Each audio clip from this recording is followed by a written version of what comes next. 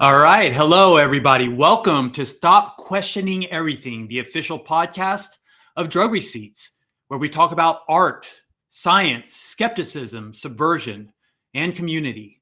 I am Arlo Eisenberg. I'll be your host. I'm also the artist and creator of Drug Receipts. Today is March 10th, 2022, in America, at least. It's March 11th already in New Zealand. And guys, we have a lot of news to get to. So sorry for the delay. We had some technical difficulties getting ready. Normally I would have gotten a haircut before a podcast like this. I would have showered.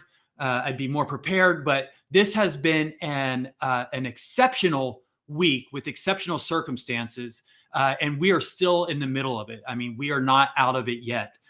Tomorrow, I'm going to pack up the car and head out to Austin for South by Southwest. I know that Brooks' plane will be touching down any minute in Austin. He's already been confirmed in LA. So Brooke is back in America. I mean, that's an incredible feat in itself. Many of you might be familiar with the story of me getting him kicked out of the country. So hopefully will be some closure there, but we can talk about that with Brooke when he ever turns back up on the podcast. Guys, we minted out just less than 48 hours ago. Maybe it was, how long ago was it? Less than 24 hours ago? We sold out our 10K collection. So there is a lot to talk about there. I mean, that is huge news. We've got we're going to reveal we're going to have our first reveal tomorrow. All of you that have minted your own drug receipts, you're going to be able to see those for the first time tomorrow. So that is super exciting.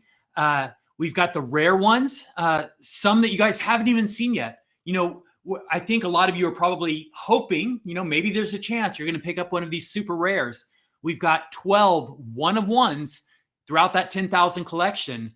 And today we're going to show you some sneak peeks. We've been teasing them throughout, the weeks leading up to this, leading up to mint. But now that we only have 1 day left before the reveal and just a couple of days left before these super rare reveals, we're going to show you some more peaks. So you'll want to stick around for that. For those of you that are listening on a podcast, wherever you get your audio podcast, we will be showing some images. We'll be showing a lot of images throughout this podcast. As much as we can help it, we will try to talk you through it, paint a picture in your mind. But we definitely encourage you to jump onto YouTube, subscribe to the YouTube channel if you don't already, and you'll want to see all the great content we're going to be sharing visually as well. It's hard to substitute for some of these great images we're going to share. We've got also a special guest on this episode that I'm very excited about introducing to you. We have talked before on our podcast about this really special idea that we were lucky enough to be a part of. Drug Receipts started from the original inspiration was the doodles on receipts, right? That I used to leave on receipts. Well, we did an auction of one of these hand-drawn receipts, and we were able to raise some money for a very special cause. And the beneficiary of that is on the podcast tonight, Chris Henley. She is somewhat of an icon in the Dallas-Fort Worth area in the service industry here because she is a cocktail server and a bartender, and she started her own blog. And she's just sort of an effervescent personality that has made a lot of connections and a big impression on the scene here. So we're going to tell you a little bit more about her story as we get into it. But we're happy to have her on the show today. So that's a special treat for us. Minted out, South by Southwest. We're going to get to all those things a little bit later. We'll go into more detail. But since we've got our special guest here waiting in the green room, the virtual green room, I want to go ahead and set up her story a little bit so we can get her on. Because listen, I've been through it plenty of times. I've been through it enough. I've tried to explain drug receipts to my parents. I've had to explain it to my sister. I explain it to my friends in rollerblading. And people, if they don't already have a background or a foundation, they understand crypto, they understand NFTs, they understand science, skepticism, subversion. There are just so many layers here, guys, that it is, asking someone to sit around for 2 hours and listen to us go off, listen to me go off. I mean, so much of it just sounds like gobbledygook. So we are not going to inflict that on poor Chris Henley. But so what we're going to try and do is get her up here at the start of the show. So let me tell you a little bit about the background. I mentioned, the whole drug receipts enterprise started out as doodles on receipts. I used to draw these little drug doodles, drug characters on receipts, and I would leave them for the servers because, the place where I'm drawing these receipts is after I have a meal, after I go out for lunch, if I'm having a drink at a bar. And sometimes I would get the inspiration. I would just start doodling on the receipt. I'm a creative person, so sometimes it happens. And I would always leave the receipts behind for the servers.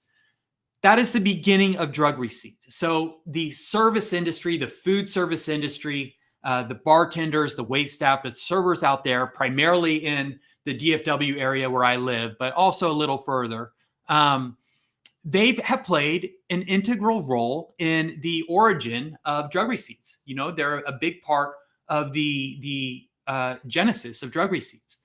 So when we heard about this story that Chris Henley, who also goes by the alias Betty Cocktail, I mentioned that she has a blog, and she kind of has a public persona, and she's been using the alias Betty Cocktail, and she can tell us more about that when she comes on. But we found out about a misfortune that befell Chris Henley. She apparently suffered from some kind of an epileptic seizure and fell and injured herself, broke her nose, hurt her elbow, shattered her shoulder in 4 places. And so, as you can imagine, as a cocktail server, that makes it impossible to work.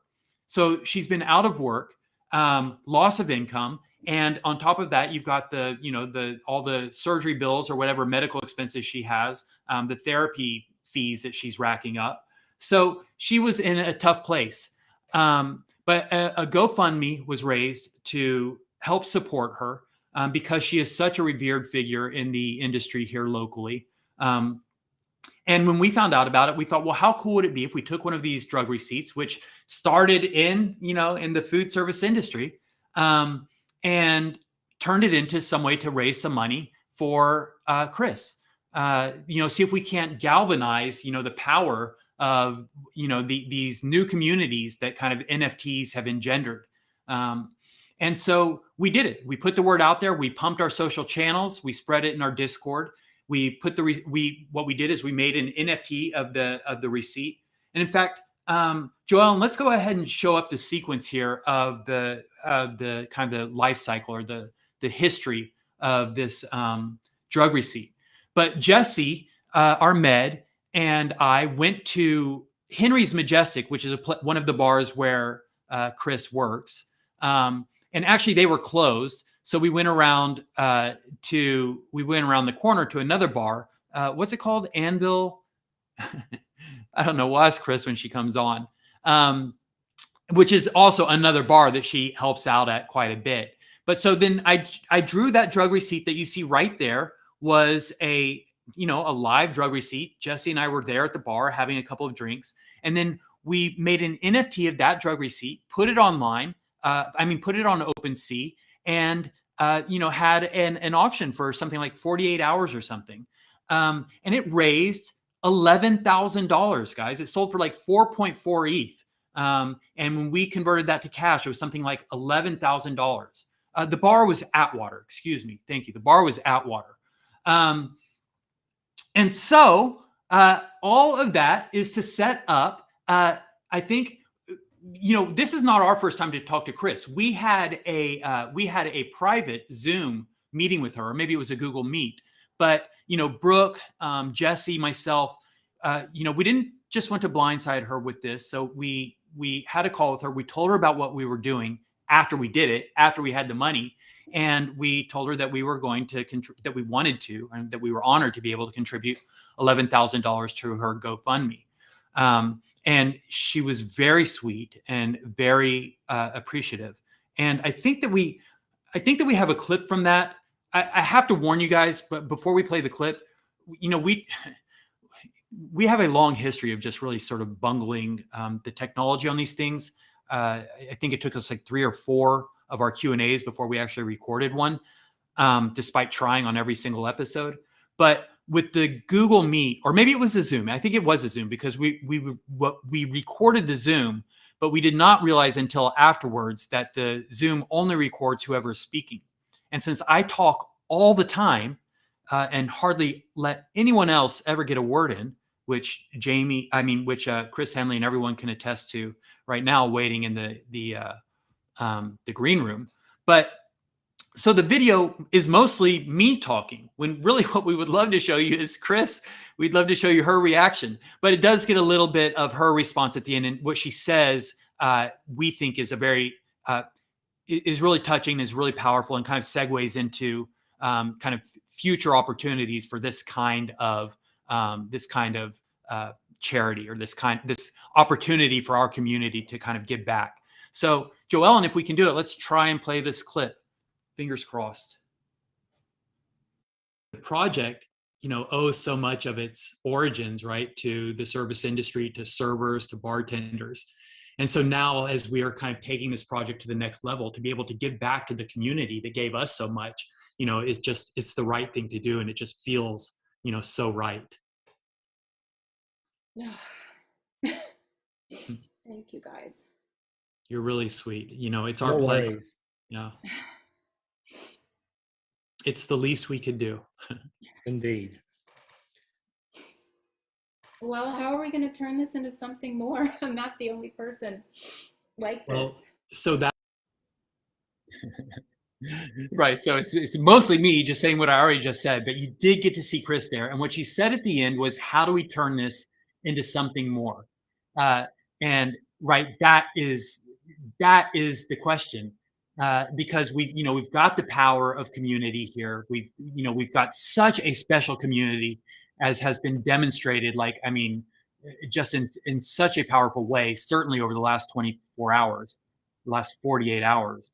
But yes, there's real opportunity to do good with this. So let's bring her on. Chris Henley, I'm not going to make you wait anymore. Betty Cocktail, please welcome to Stop Questioning Everything, the Drug Receipts podcast. Here she comes, Chris Henley. Hi, thank you. Hi, Chris. How are you? I'm okay. How are you? I'm okay. Yeah. So I guess it was about 2 weeks ago when we first reached out to you. Tell us a little bit about how your recovery is going. What do they say? Slow and steady, right? That's the way to go.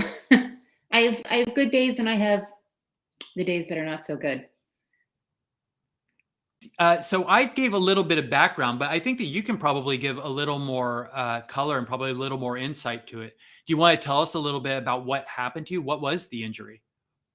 Oh, sure. Well, first I want to say, after watching the playback from that call, that I was completely speechless, crying, and I thought, oh my God, that's all you can hear of me, is that I'm like sniffling. But it's really overwhelming, and it's fantastic. I think I said this last time as well, that when we receive gifts, and for some people it's hard to even receive a gift. I know it is for me. I don't ask for things. I'm the one that is strong and can give things, but I'm in a place where I really can't. I have nothing left to give, if that makes sense. I have a friend who is battling stage 4 colon cancer. Her doctors just said, you're not a candidate for surgery anymore. So you know what that means. Oh. And so they're having a fundraiser for her so she can have quality versus quantity of life. And wow. I'm like, how can I help her? And I just can't. I just can't right now. So you guys helping me gives me a chance to heal. Like, I really need this time for me. I really, really need it. So it really means so much. And it also gives me more time to think about how we can help other people. I'm not really sure what happened. I know that I woke up on the floor covered in blood and vomit. I was very disoriented. I was in a lot of pain. I struggle with a lot of medical problems, so I'm frequently in a lot of pain. And it wasn't until 2 or 3 days later that I finally went to the ER. And of course, I looked like I'd been run over in traffic. They did all the scans and everything, and you just see broken things from here to here, broken nose and things like that. Physical therapy is very slow. Last week, I cried for 50 minutes of my therapy, and Oh it's no. 50 minutes long. Wow. Oh wow. It hurts, but I mean, it's going to have to hurt until it gets better, I guess. Wow. Chris, when we spoke with you the first time a couple of weeks ago, we didn't know you. It was our first time speaking with you. And really all we knew about you was what we heard from the little bit of media that we could find and from what Jesse relayed to us. And we spoke with you before we told you what it was about. And I think, in fact, we kind of, the conversation was built upon the premise that we wanted to bring you onto the podcast, which was true. But I think that we sat on the news that we had some money to contribute to your GoFundMe. But so it gave us a chance. And this is not why we did it. We weren't trying to vet you. I mean, we'd already raised the money. It was for you. But just listening to you speak, it comes through so clearly how selfless you are, right? And how giving you are. And so by the time we were able to reveal to you this great news, it felt so good. I mean, it already felt good, right? It's a nice thing to be able to do for someone, even if it's for a complete stranger. We don't ever have to know anything about them. It just feels good. But then to hear about you and straight from you, and to get a sense of who you were and what the quality of person that you are, it just made it feel that much more special, made it feel that much more rewarding. So thank you for being who you are. Thank you for all that you've done, and all that you do for everyone else in your circle. And yes, take some time for you. And we're happy to be able to give this to you, to give you some room to focus on yourself. Thank you. Yeah. Oh, okay. And so, and now get out of here, please. What happened? Okay. All right. Are we back? Yeah, I was going to say, Sorry. it's really, I was like, she's like, okay, thanks, bye. it's really a selfish thing that we do, right? Giving to other people, because it makes us feel good. So Yeah. as selfish as it is that we're doing it, it's really a fantastic cycle that we get to perpetuate. And the less choices that I have, like, can I make a cup of coffee today? Like, Right. less choices that I have about just functioning day to day, the more choices that I realize I actually have when it comes to interacting with people, the community, and just everyone on the globe. So it's really been a blessing. If you feel like you're stripped of everything, and you can't do anything, you can't put a shirt on or whatever it is, you realize, like, you just have so many other choices about things that you really can do that actually make a difference. It's great to hear. It's so inspiring. You are just such a breath of fresh air. So thank you so much for coming on to the podcast today. It's really been nice to be able to share this with you, but also to be able to share you with our audience, because I think that you really do touch people.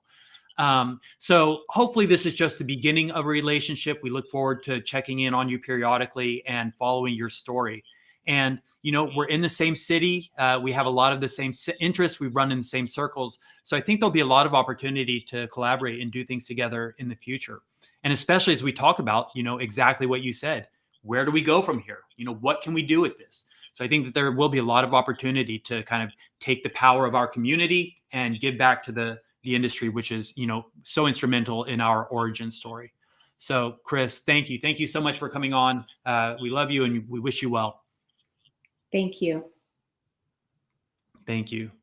Okay. That's so cool. It's so cool to be able to do that. And, it's one thing when it's all kind of like anonymous, and, the auction happens on OpenSea, and then we transfer money into a GoFundMe.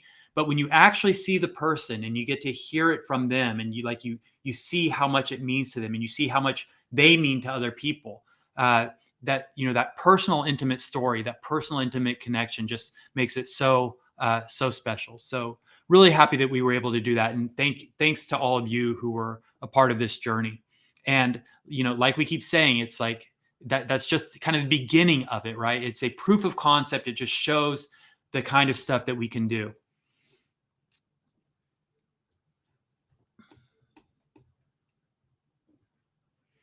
All right, so it looks like we can start moving into some news items. And I know that listen, it's all news all the time right now. There is so much news to get to. Most of this episode is going to be taken up by news, but let's get Jesse in here and start with our routine checkup. Great. And how great will it be? I think probably at some point we will start adding music to these bumpers because it feels like they want them. So I think that we'll get that going at some point. But for now, Jesse, you will be the music. Thank you. Your news will be music to our ears, I hope. So hi, Jesse. How are you? What an incredible week it's been, huh? Yeah, it's been insane. It's been crazy. And I just want to make a suggestion. If we do music on the bumpers, can I please get the what's it called? The Wilhelm scream? Or the Wilhelm scream. What's that? It's like the classic like Hollywood like cinema scream where it's like or something like that. Oh, is it like one of these like stock sounds that they use in every movie? Yes. In case you guys don't know, I love library music, like the music that you hear on Ren and Stimpy and SpongeBob. I think it's You so already good. pitched that idea to me. I don't know if I was that into it. I got rejected. We'll see. It's all right. Yeah, whatever. We'll find the perfect music. Fine. We'll find the perfect music, I'm sure. And Jesse, you were instrumental in linking us up with Chris. So thank you for that. It was really cool to kind of see that thing come full circle, see how it all played out. And I wanted to give you an opportunity if you had anything that you wanted to add to it, just because you played such a big role in making that happen. Yeah. Well, I am a college dropout, and in lieu of going to college, I got behind the bar. I got behind the bar, and working behind the bar and working in the service industry is a complete immersion in the community because people come to you. You don't get to choose who comes and walks through that door. And when they do walk through that door, there is no creed, there is no color, there is no ranking, nothing. We are all equal inside the bar. And, it's about bringing people together, making them have a good time and providing something for them that keeps them coming back and keeps them, excited and stoked and, looking, I don't know. It was like the ultimate like community building schooling that ever happened. And it's the original NFT community. It's the original Discord. It's the IRL Discord. Mm-hmm. Yes. Our Discord, the only thing that would make our Discord better is if we did have like a virtual bar. We are in the business of the metaverse, so anything is possible. But speaking of bars, yes, speaking of bars, good time, community, IRL, URL to IRL interaction. Nice. We need to talk. Thank you. I've been saving that. I've been waiting to say that. We have South by Southwest in like 48 hours. So yeah, there's like this little thing that's happening. Nothing major, but it's the Fluff House, Fluff World, Geodome. No big deal, right? Yeah. No big deal. Just a 4-day event with so excited. Tons of special guests, interactive chats, interactive panels, Arlo. Oh, I can't say that. I can't say the word panel. Interactive sessions. Art sessions. Yes. Yeah. Arlo. Yes. So, okay. First off, I'm getting really excited because I love parties. I love festivals. But in case you guys don't know, Fluff World is the title, what is it? A metaverse sponsor for South by Southwest. And if you guys aren't familiar, South by Southwest is a 2-week festival that takes place in Austin, Texas. Hello. And it's a huge like 2-week convention with art, music, technology, gaming, everything that you can think of. People from around the world are all in Texas for South by Southwest, including our non-fungible labs team who are flying in as we speak right now. But yes, so Fluff World is happening.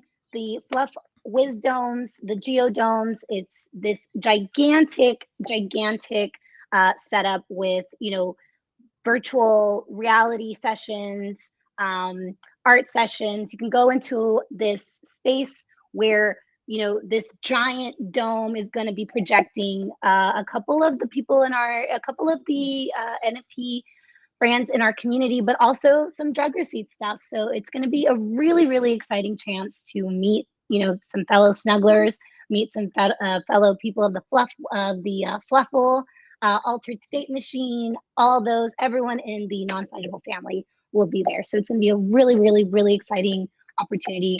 It's going on for this weekend from the 12th, 13th, 14th through the 15th. So it's a 4-day event.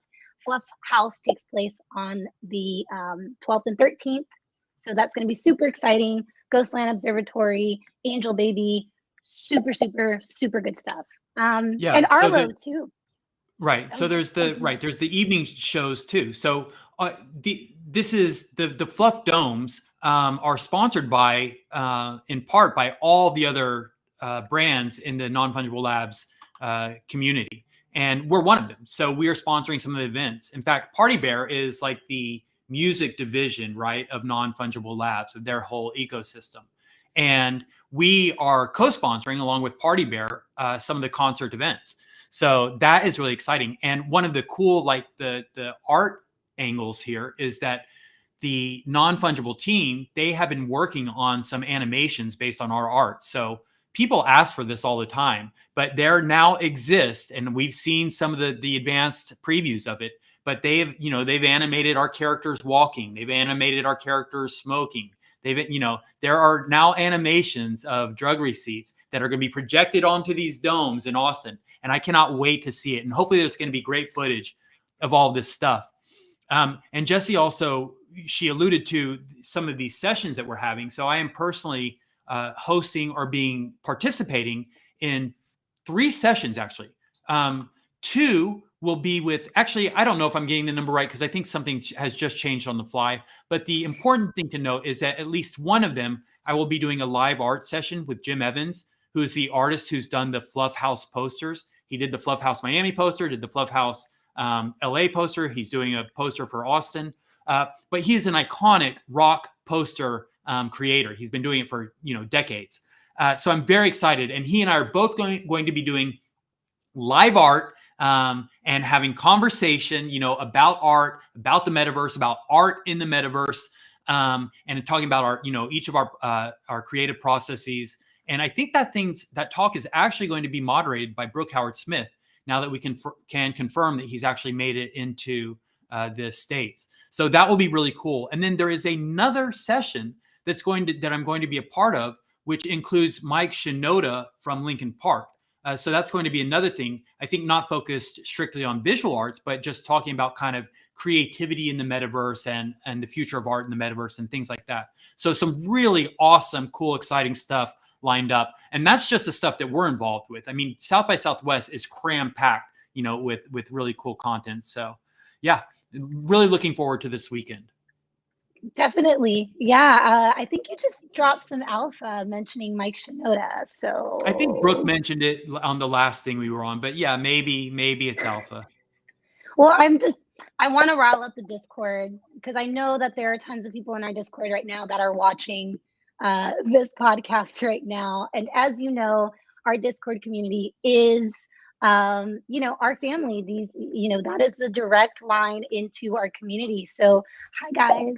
I will say, speaking of Discord, if you guys were there, if you guys joined us for the Public Mint Twitter space, then you already know by now that the 6969, the double 69 drug receipts NFT has been minted by the Dudester, and it is currently for sale, pre-reveal, on sale on OpenSea for 69.69 ETH. So for the low price of 69.69 ETH. So Jessie, you got to tell that story a little bit because it's so cool and it's so like it's so emblematic of kind of, how special the community is. And in this case, how special the community is, because this was a very special episode. But we were, the Twitter Spaces, that must have been locally here. It was like 3 or 4 in the morning at that point. I mean, this was during the mint. So this was, we were functioning kind of like as if we were in like a 24-hour telethon. And it was just sort of nonstop content. We were going from Q&A in the Discord, live on Instagram with Tyler Shields, Twitter Spaces with Brooke, Tyler, Jesse, Dawn, everybody. And it just kept, and each of these things is like lasting at least an hour. And it's just nonstop like dialogue, content, conversation, but just, talking our way through the night as we're watching the mint happen. But then while we were on Twitter Spaces, something, the drug snugglers were in the Discord, in the Drug Receipts Discord. And tell us a little bit about what was going on in there, Jesse, because you seem to be the ringleader of it. I am not a ringleader. I am just the comms. I am the messenger. So I don't need to take credit for anything.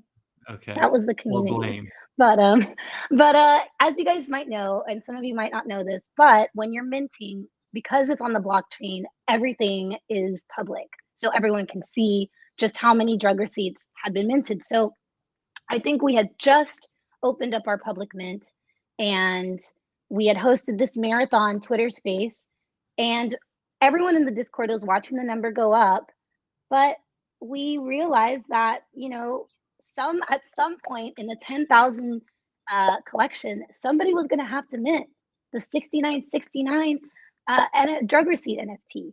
And so I just had said that whoever mints that's got to be crazy, because I don't know. I knew it. I knew it had to be you. I knew it had to be you. You're playing so coy. You're like, oh no, I'm just the comms director. Okay, I knew it had to be you, the instigator. You guys, we say that one of the pillars of drug receipts, one of the foundational pillars, is art and subversion. And in that Discord on that night, they had subverted our subversion and turned it into art and perversion. It turned very blue in the drug receipts Discord on that night.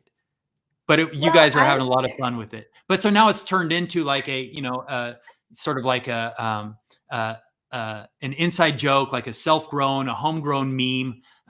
We created a new role for the 6969 crew. Right? Did we do that? Did we give them out yet? Mr. LB has compiled the list, and good. Soon as this is over, I will start looking at the list and start granting that. So thank you, Mr. LB. Also, real quick, I just want to iterate, I had falsely mentioned the wrong name. It's I want to make sure I got this right, so we can cut a clip of it. Hey, you got to respect the 6969. Let's Absolutely. Who is it? Oh my God, Arlo, your parents are watching this. Oh my God, I'm so sorry. Okay. The project is called Drug Receipts. I think they can handle it. His dudeness. What is it? You're a bit of a provocateur yourself, so that's what I'm saying. I think they're used to dudeness. It. Yeah. His dudeness. His dudeness on OpenSea currently is selling the 6969, the double 69 NFT for 69.69 ETH. Awesome. And it's cool. I think I'm seeing a comment, I think from one of the party bears, that there's a 96 bear gang. So you guys it might be a West Side Story type thing where you got, rival NFT gangs, or maybe there's some symmetry there and you guys can like team up, like combine your forces. Well, I don't want to advocate for any violence, but if there's going to be any violence, let it be a gas war. I'm just saying. Now, how could never mind. No comment. I'm not going to go there. No comment. I'm sorry. We'll talk about that later. We can bring that up later. Moving on, YouTube, guys, be on the lookout for the Super Dope Studios podcast interview with Arlo coming out soon. Yeah, that was cool. I just spoke with them today. I'm not sure when that's coming out, but we will, make sure you follow us on our socials. Make sure you're in our Discord. We will update you as soon as we know when that podcast goes live, but it was really great. Had a great conversation with them. We talked a lot about science and skepticism. So really cool. That was the Super Dope Studios podcast. Arlo, I'm so glad that we can keep touching on our pillars, which is skepticism, rollerblading, art, and perversion. I'm super stoked to be a part of the brand. Keep it going. You said subversion, right? Yes, I said subversion. Okay. Just making sure. It sounded like perversion. Well, you guys know me. I am the comms person, but I have been known to slip up and say some things.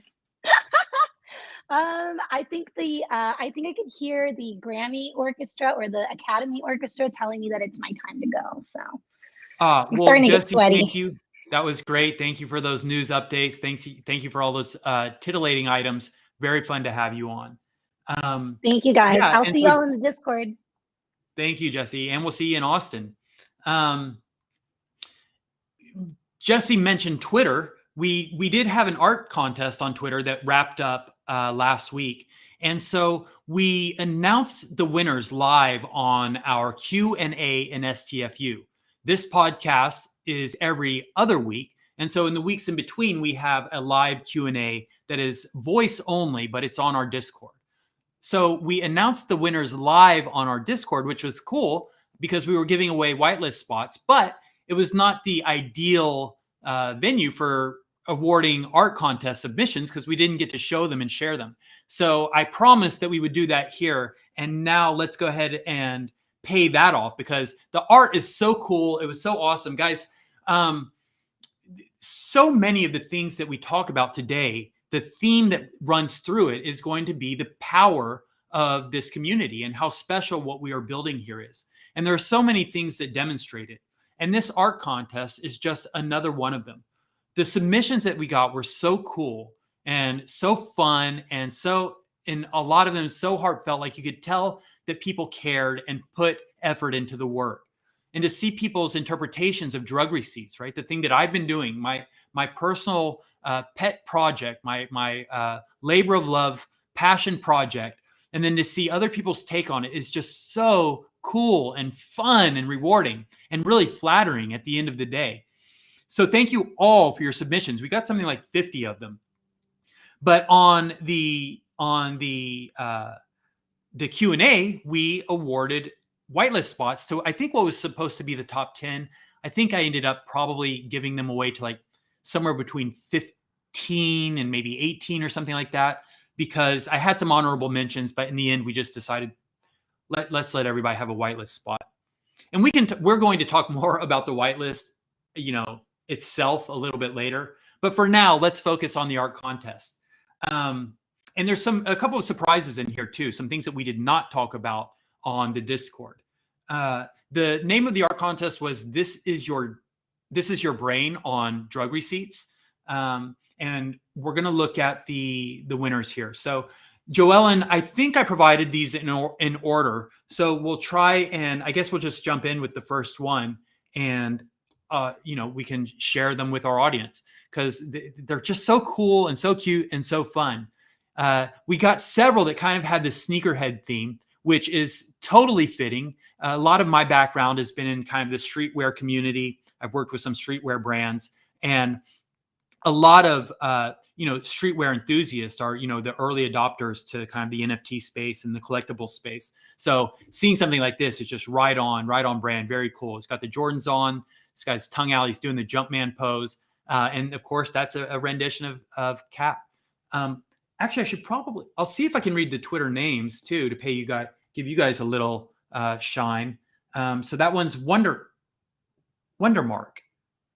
I think hopefully the names are in the right order. Yeah. So Wondermark from Twitter. Thanks for that one. And the next one we'll look at is, there's lots of different ways, lots of different directions you can go with drug receipts. And obviously front and center, one of the ways to go is drugs. So here you've got this tripped out, look at the face on Rex there, that tripped out face on the label. This is a DMT trip. It's got the molecular structure, the chemical compound, and just a tripped out background. So really, really appreciated that rendition. Next one is, talk about the care and the love that you can tell people are putting into these things. I mean, look at this, the detail, the painting, the knife through the head of our little Tab character. Sometimes I say Tab because if it's not explicitly clear that the character is presenting as female, and a lot of times when I draw the Tab character or when I draw the Tab, I feel like we almost need to give the neutral or the maybe even the either gender neutral or the male version of it a name. I was thinking something like maybe like Tabbert, just because it's kind of absurd, but whatever. But so here we've got I think a gender neutral version of Tab, putting the knife through their head. Just really cool. And it's got the type, right? I have a splitting headache. I mean, just from concept to execution, it's got the hearts and the little things. There's so many background elements here, which is something that I do. It's a standard feature of my drug receipts, the thermal ones that I doodle. But just because of the nature of the NFTs, because the attributes have to switch out, and because it's such a tight square space, I really wasn't able to work in the little detailed background elements. So it's really cool to see that. Nice job. And that's from Stephen King. The next one is something that I just have a complete weakness for. I'm a sucker for this. So for every one of the submissions that acknowledged or that incorporated a receipt somehow, I just, it had me. Stop. You had me at receipt. And so this one, I think, actually is like a digital version of it. They've actually digitally superimposed the image onto the receipt. And if you can see it, the details on the receipt here, this is actually a receipt from like a dispensary or something, because it's got like rolling papers and stuff like that. So nice touch with the drug reference. And of course, the rendition of Cap, kind of the rainbowed out cap, very fun with the cap. Almost looks like one of those bicycling caps. Great stuff. The next one is something that honestly, if we had more time, maybe it's not a bad idea to have done in a kind of a clear or invisible character or something like that. I've seen several collections do stuff like that, and they're really cool. It's a really cool look. So great thinking on that one. And again, got the speech bubble, that hit diff. There's just, I love what you guys have come up with. So much good thinking here in these things. That one's from B3 Anchor. And I'm just doing my best, right, to read the names here. The next one was filed under honorable mention, but it was not a commentary on the quality of art or how well it was received. It was only because Jesse told us that they already had a whitelist spot, so they didn't need to tie up one of our whitelist spots. But I'm actually going to show two entries from Mars 44, who provided this one. So this is so cool because it's got Cap holding a steak and carrying an A1 bottle in the other hand. And who knows what this is a reference to, right? So there are plenty of people here in the audience that know what this is in reference to. And for anyone who's listened to our, previous podcast and Q&As, we've had Tyler on several times. He's one of the founding collaborators, along with Brooke Howard-Smith and myself. But Tyler has a notoriously finicky diet. He has the palate of an 8 to 12-year-old. I mean, he is just an eternal 12-year-old when it comes to dining. And all that he eats essentially is steak. Sometimes he'll have chicken, and he never eats anything, certainly not a steak, without A1 sauce. And you can't take him anywhere. Believe me, he comes to Dallas often, several times a year, and I always take him out to eat. I mean, I've learned my lesson by now, but even if I think I'm taking him to an innocuous place, there was a pizza place by where I used to work, and he hated it. I took him and his girlfriend. We both liked it. It's fine, but he's not interested in eccentric flavors or unique takes on pizza. He just wants it, he just wants it like he always had it when he was 12 years old. Don't muck with it. So honestly, what ends up happening most of the time when I try to take Tyler to eat is his girlfriend and I will finish our meals, and then we have to drive Tyler through a Whataburger drive-through after we're finished eating so that he can get something to eat. So anyway, this Cap character is holding an A1 sauce. This is a direct reference to a story that Tyler was telling. about a restaurant that he went to, I think in London, where what he always eats is steak and broccoli. They call it steak and broccoli. And he has his A1 sauce. So nice. Good on you, Mars44, for the excellent rendering and also for the good capturing the story there. And we had another one from Mars. If we can look at the other one, really cool. So this is not just cool as it looks. It's also clever, right? It's Captain America. It's Cap as Cap. So something kind of fun and clever about that. So Mars crushed it on this contest, and just look at the detail. Look at how cool that is. This is kind of what I was nervous about when we had the art contest. I'm like, man, I don't want to see a lot of stuff that's better than what I could do. But the details on the foot, the details in the uniform is just so great. I love it. So you crushed it. Nice work on those, Mars. Thanks for your contributions. The next one, and when we put out the request for submissions, we said, some people are like, but I'm not an artist, I can't draw. And we're like, we don't need you to draw. What we're asking for is your interpretation of drug receipts. It can be whatever you want. It can be a sand sculpture if you want. It can be a haiku. It can be a poem.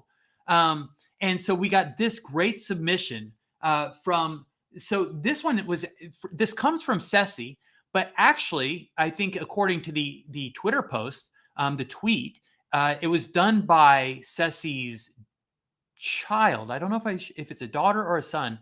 And sorry, the screen's a little too small for me to see right there, but it was done by her child. And they said, this is a drug receipt, or this is an NFT.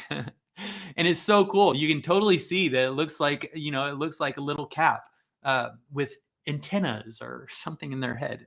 Or maybe those are the arms. Kids, the way that they render arms and legs, a lot of times it's just lines coming out of the torso, coming out of the body. But I loved it. That one just really tickled me, and I thought it was so sweet.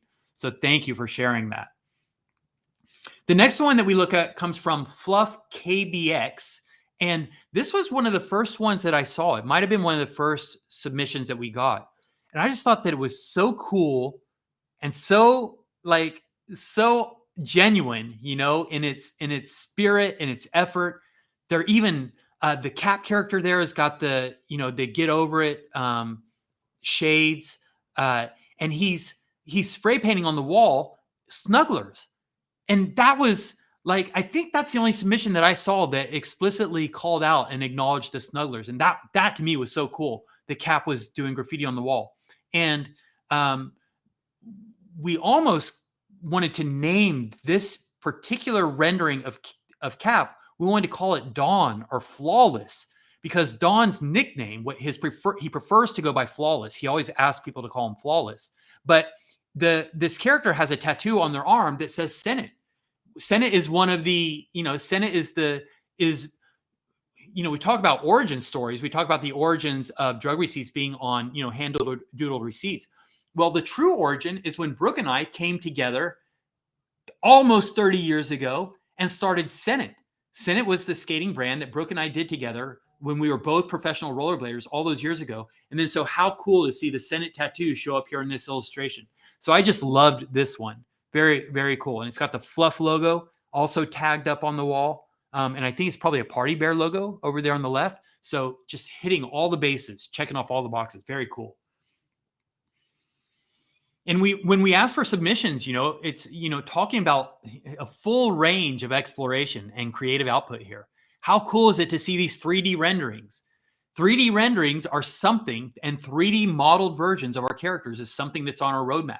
And to see members in the community just kind of getting the jump on it and showing their interpretations of it. There's another really cool one that another one of our community members did of Cap, a 3D model that's been posted into our Discord, and I think reposted actually on our Twitter and in our social channels. But it's just so cool to see the stuff that you guys are doing.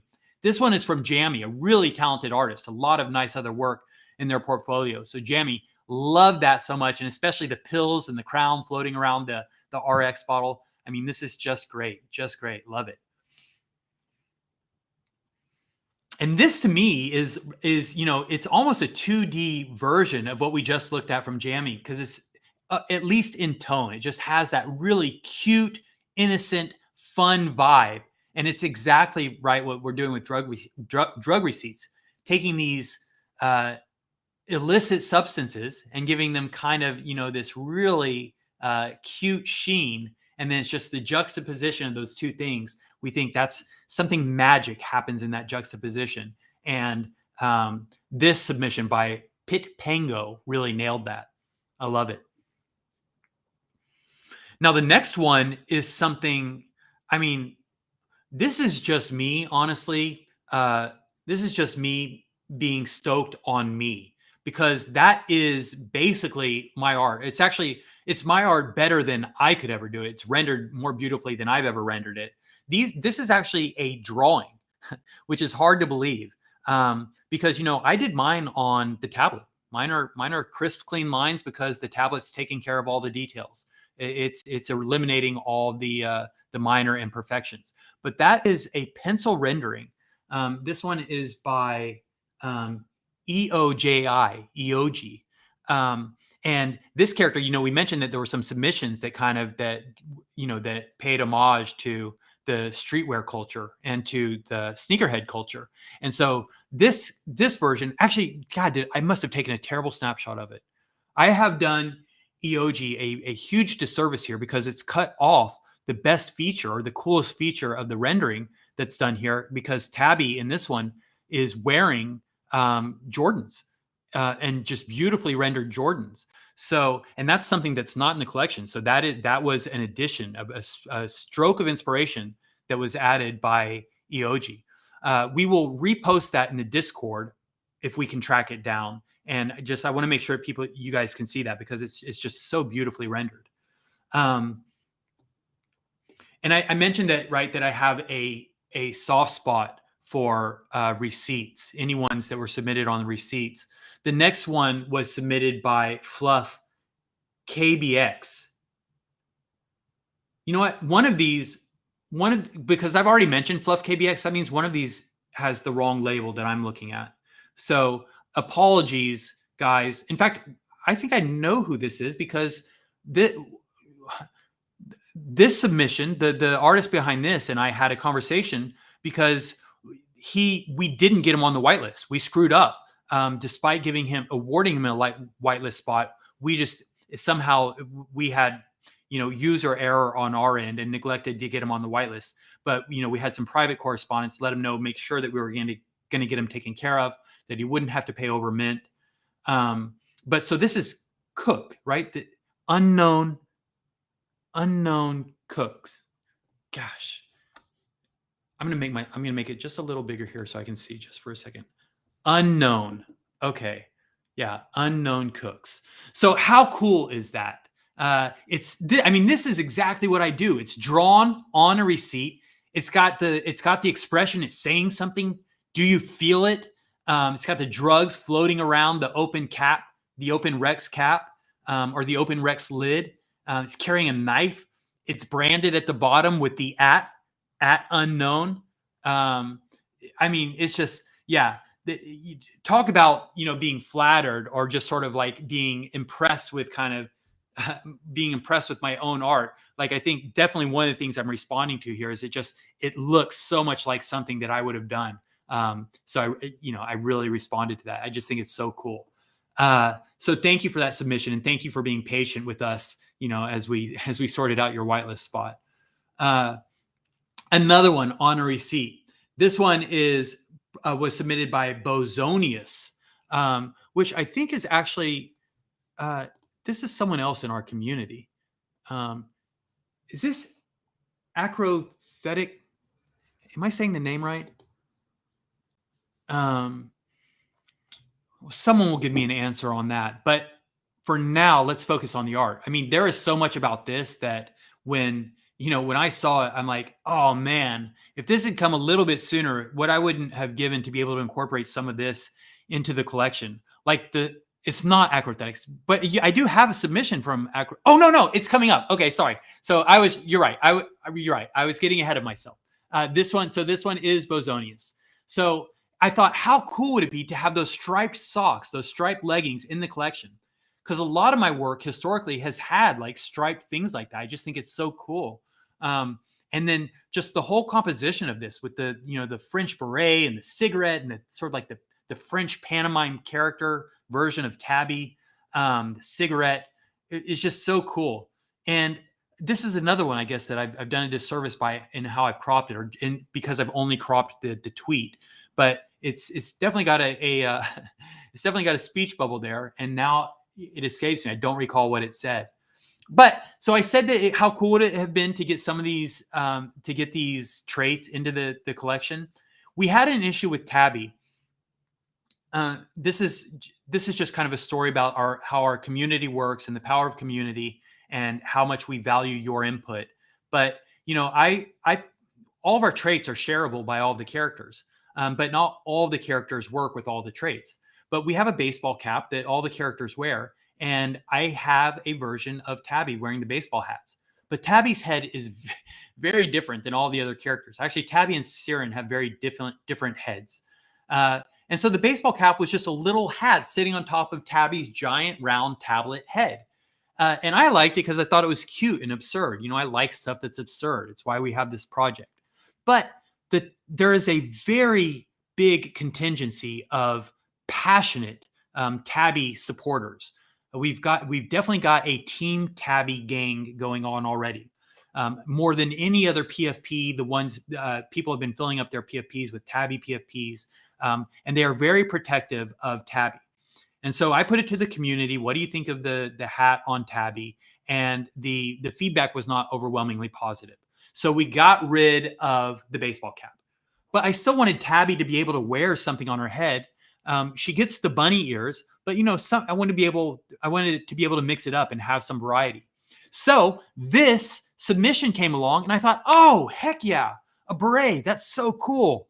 And so I worked up a Tabby. I worked up a beret, and I thought, and I can also still fit it in kind of into the ethos of the brand. Like I'm going to put a punk beret, because that's definitely kind of like a thing. You can picture the 70s punks in England wearing their berets with the buttons and the pins on them. So, Joellen, let's show the next one. Let's see what it looks like with Tabby wearing her punk beret, her little punker beret there. So it's got the anarchy button on it. It's got a little skull button. Actually, I was really stoked. I got 2 for 1 here because I got to work in another hat for Tabby, but also because I really wanted to have a skull somewhere in the collection. I just like drawing skulls. So I just got a tiny little dope skull on Tabby's beret there. That one comes in 2 different colors, but so much love, much respect to Bozonius for the inspiration. And guys, so this is 2 demonstrations, one right on top of the other, of the power of community. On the one hand, I got this great inspiration from a piece of art that one of our community members submitted.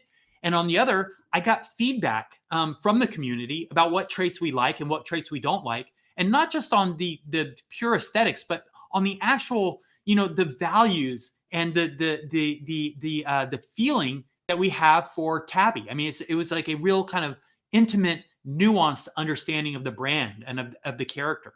And so this is the end result. No baseball caps for Tabby, but she gets her precious little custom punk beret. So cool. Thank you guys for that teamwork.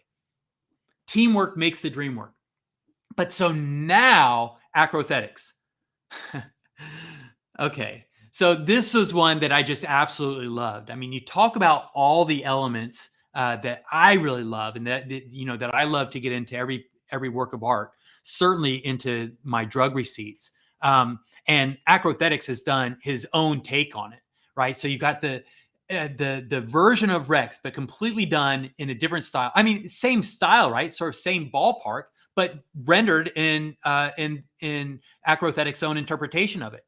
And you've got the lettering. I love hand-drawn lettering.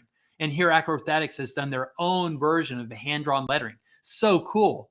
And I talked about it a little bit already, but just the background things, all the floating, the floating pills coming out of Rex's open lid, which, by the way, again, that's the thing that I couldn't work in to the drug receipts. Actually, I probably could have if I'd worked hard enough.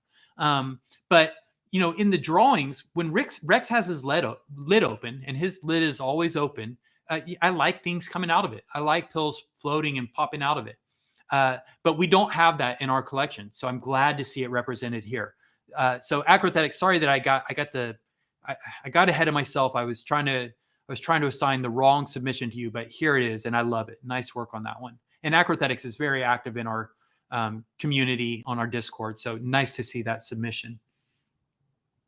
And by the way, we are well into, if you guys haven't noticed, I mean, I love them all, but we've kind of been working our way up to the ones that have, got the biggest reaction from me, or that resonated kind of the deepest, or that I felt the most deeply. And this one, like, of all of them, there's still a couple more we're going to look after this, but of all of them, like, just viscerally, just like pure emotion, just like hitting me right in the core. This one did it for me. It's just so snug and cute. I mean, if I had to put drug snugglers, this absurd but beautiful and precious and just a little bit dangerous and provocative name that we've come up with, the drug snugglers, and it represents our community. But if you had to put pictures to it, that is drug snugglers right there. They are just so snug and cute in their little pajamas, and their colors, and it's one of each character. Cap, Tabby, Rex, Siren, they all got the treatment. They've got the traits with the skates and the cast. I mean, it's just, this one blew me away. I love it. It was just great. So that one was submitted by Melly Chi, and Melly, nice work. Well done. Precious. Oh, no, sorry, not Melly Chi. I'm doing it again. Pettit Jenny, either Petite Jenny or Pettit Jenny. But Pettit Jenny, thank you for that submission. Really, really made my day. I love to see that.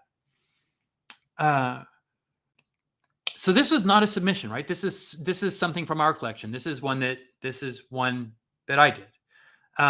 But this is one that will not be in the 10,000 release. It was originally scheduled to be, but that was well before Russia invaded Ukraine, and the world fell into, this period of uncertainty. My history with More War is long.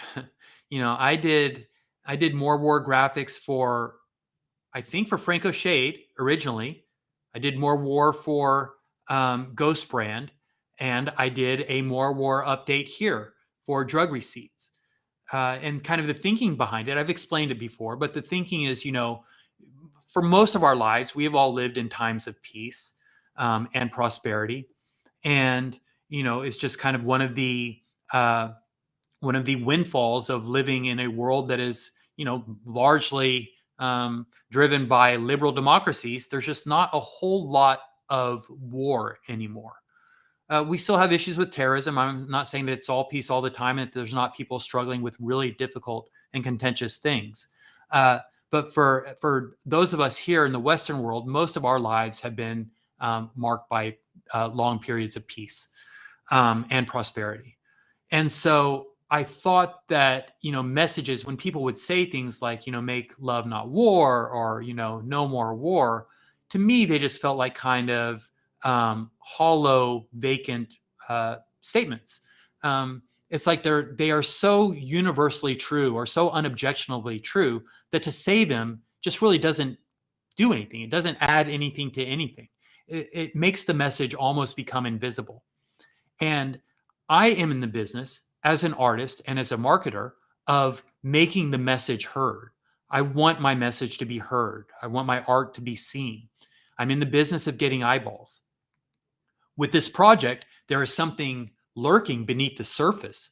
Once we get you in, we have a message. There is something there that we are trying to impress upon you.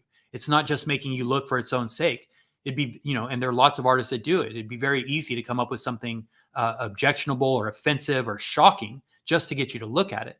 But there is something seething under the surface here. And so for me, More War is provocative. It goes against the grain. I'm challenging you to look at this statement and to consider it. I'm drawing you in so that we can. This is the hook so that we can draw you into the conversation. And also, there is some value in just being provocative and challenging for its own sake. And I suppose that is somewhat of a defense also of artists who are, who purely try to provoke just for its own sake. There is some value in that, but it's not just what we do here. We're not provoking just for its own sake. But in light of the current political climate, in light of the global conflict, and in light of the uncertainty, who's to say how much worse things will get? This collection is just going to be sitting out there forever. These things are going to be on the blockchain, owned by 10,000 people. They will be out of our hands, out of our control, and I'm not comfortable with that being the message that we're putting out there. And it's not because I don't understand the thinking behind it. I'm the artist. I get it. But it's because once it's out there, it's not ours alone to justify or to explain. I don't get to sit there and explain to everyone who ever sees this or everyone who will ever own it the thinking behind it. And because there is so much room for this to be misinterpreted, and because there are so many people out there who are really affected by this, and who could be hurt by it, or who would be offended by the lack of sensitivity, it's just not worth it to put it out there. So we have removed More War from the collection. The bomb is still in the collection. And we've replaced More War with another sign. So there's still going to be 3 signs. One says give up, one says out of here, and one says see ya. You just won't find one that says More War. Or actually, I should clarify. If you guys can keep a secret, this has to say just between us, because I don't want it getting out there. But it is possible there might be one in there that says More War. Just because I am so vain, and because this has been such a labor of love, and I've worked so hard to put some reference to almost everything that I've ever done, and More War is such an integral part of the legacy of my art.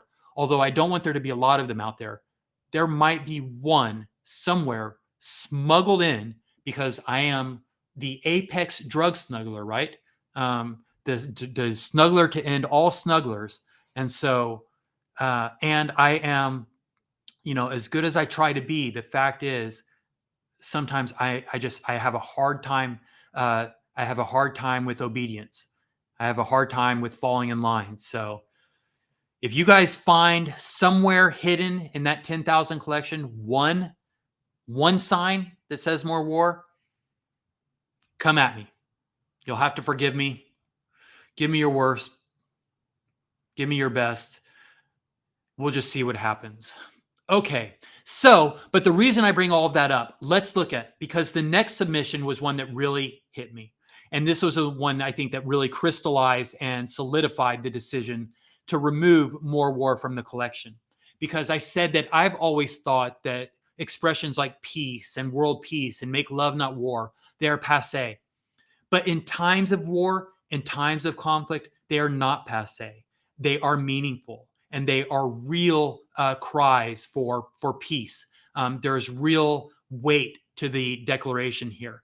And to see the Cap character crying here with the Band-Aid, holding the olive branch, and the dove of peace flying above, the Lithuanian flag in the Cap character, and the Russian flag, right? The 2 flags coming together. I mean, this, like, how can, right? This cuts right through my entire premise of More War. So it's not true that peace is a meaningless statement right now. It is an important statement right now. So I've removed More War from the collection, more or less. And I want to commend the artist who submitted this one, XSY Trance, however you say that, XSY Trance. Thank you for this wonderful submission. It's really touching, really sweet, and I think that it is right on right now. So thank you for that. And just like the beret influenced the collection, just like Jamie's feedback that she did not like the cap on Tabby, and Jesse didn't love the cap on Tabby, and Dawn even didn't love the cap on Tabby. I got plenty of feedback there. You guys influenced the collection. Well, XSY Trance, you've influenced the collection as well. So thank you for your thoughtful submission. Ukrainian flag. Did I say that? So I thought actually, if you can go back for a second, because I'm getting a comment here from Morgan Freeman, but I thought that tell me if I'm wrong.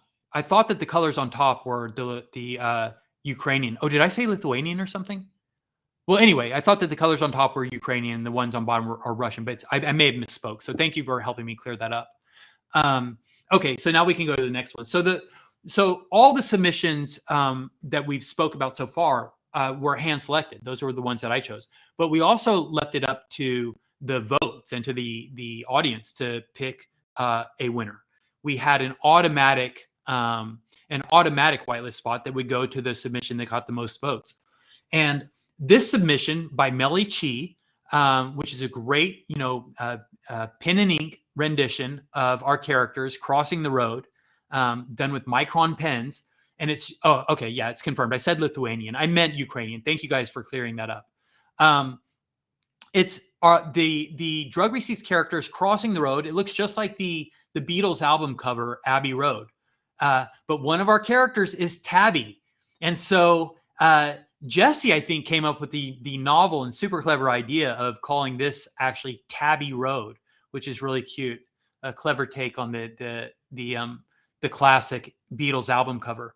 But so this submission by Melly Chi was well on its way to racking up the most votes. You can see that it got 40 likes there, but it got flagged for like questionable content or something. And so it got removed from people's feeds. And so they couldn't see it anymore. And so she stopped getting votes. And so we awarded Melly Chi a spot because it looked like, she was going to take it home comfortably anyway.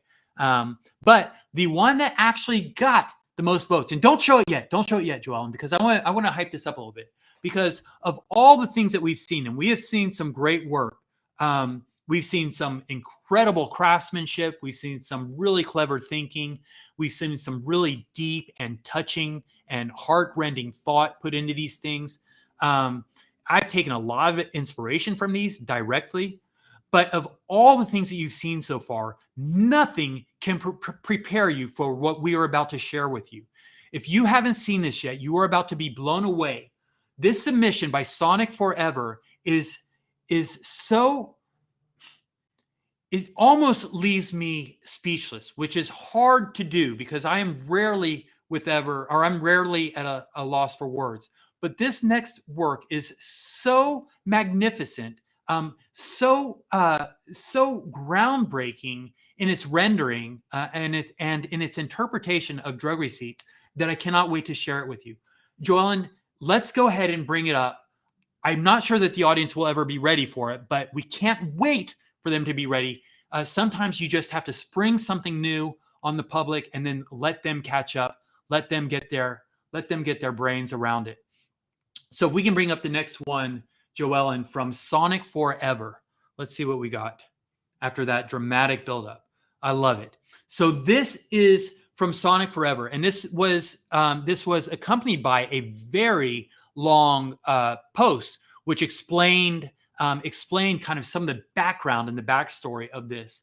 And I don't remember it all now, but I'm going to enlarge it so I can look at it. But so down at the bottom, it says crack. And I think that the story there was Tabby. But then something happened. Maybe she got some bad stuff, or it was laced with something. And then she cracked up and broke up into little crack rocks. I don't know. But you've got Johnny the Joint up in the top right and Eddie the Edible. So we're seeing some new characters being introduced into the kind of the fan fiction, the fan universe, the Drug Receipts fan art universe. So this one got 62 likes. Sonic Forever certainly did some heavy lobbying, but who can see this and not be moved to smash the like button? So congratulations to Sonic Forever, not just for picking up a whitelist spot for getting the most likes, but for doing something that is truly exceptional and a standout piece in a gallery of exceptional artwork. So thank you for that. Very, very nice. Let's shrink my screen back down. So guys, thank you for all of those submissions. That was really, cool and really, really fun. And, you know, like so many things that we're talking about here today, just a great testament to the kind of the special community that we have here. And right now I'm really wishing that I would have eaten something before we got on here, or that I would have brought something to drink. I'm getting so lightheaded. So guys, if I pass out any time throughout here, don't be alarmed. I mean, I'm telling you exactly why it's happening. It's nothing to be alarmed about, but fair warning. Fair warning. How fun was that with all the art? Oh, I have something. Speaking of art, I have something because I'm an artist too. We've seen great art here. I did a boxing today. I mean, I did an unboxing on one of these before, and Brooke wouldn't let me hear the end of it. He thought that it was stupid and that I butchered it and that I didn't know what I was doing. The beer was leaking. I got this great package of beer from Matt Lindenmuth. He has a brewery, Dewey Brewery, Rural Juror. But the beers were open, and so it was like kind of messy and whatever. But this hopefully will go a little cleaner. This just arrived from Sticker Mule right before we went live.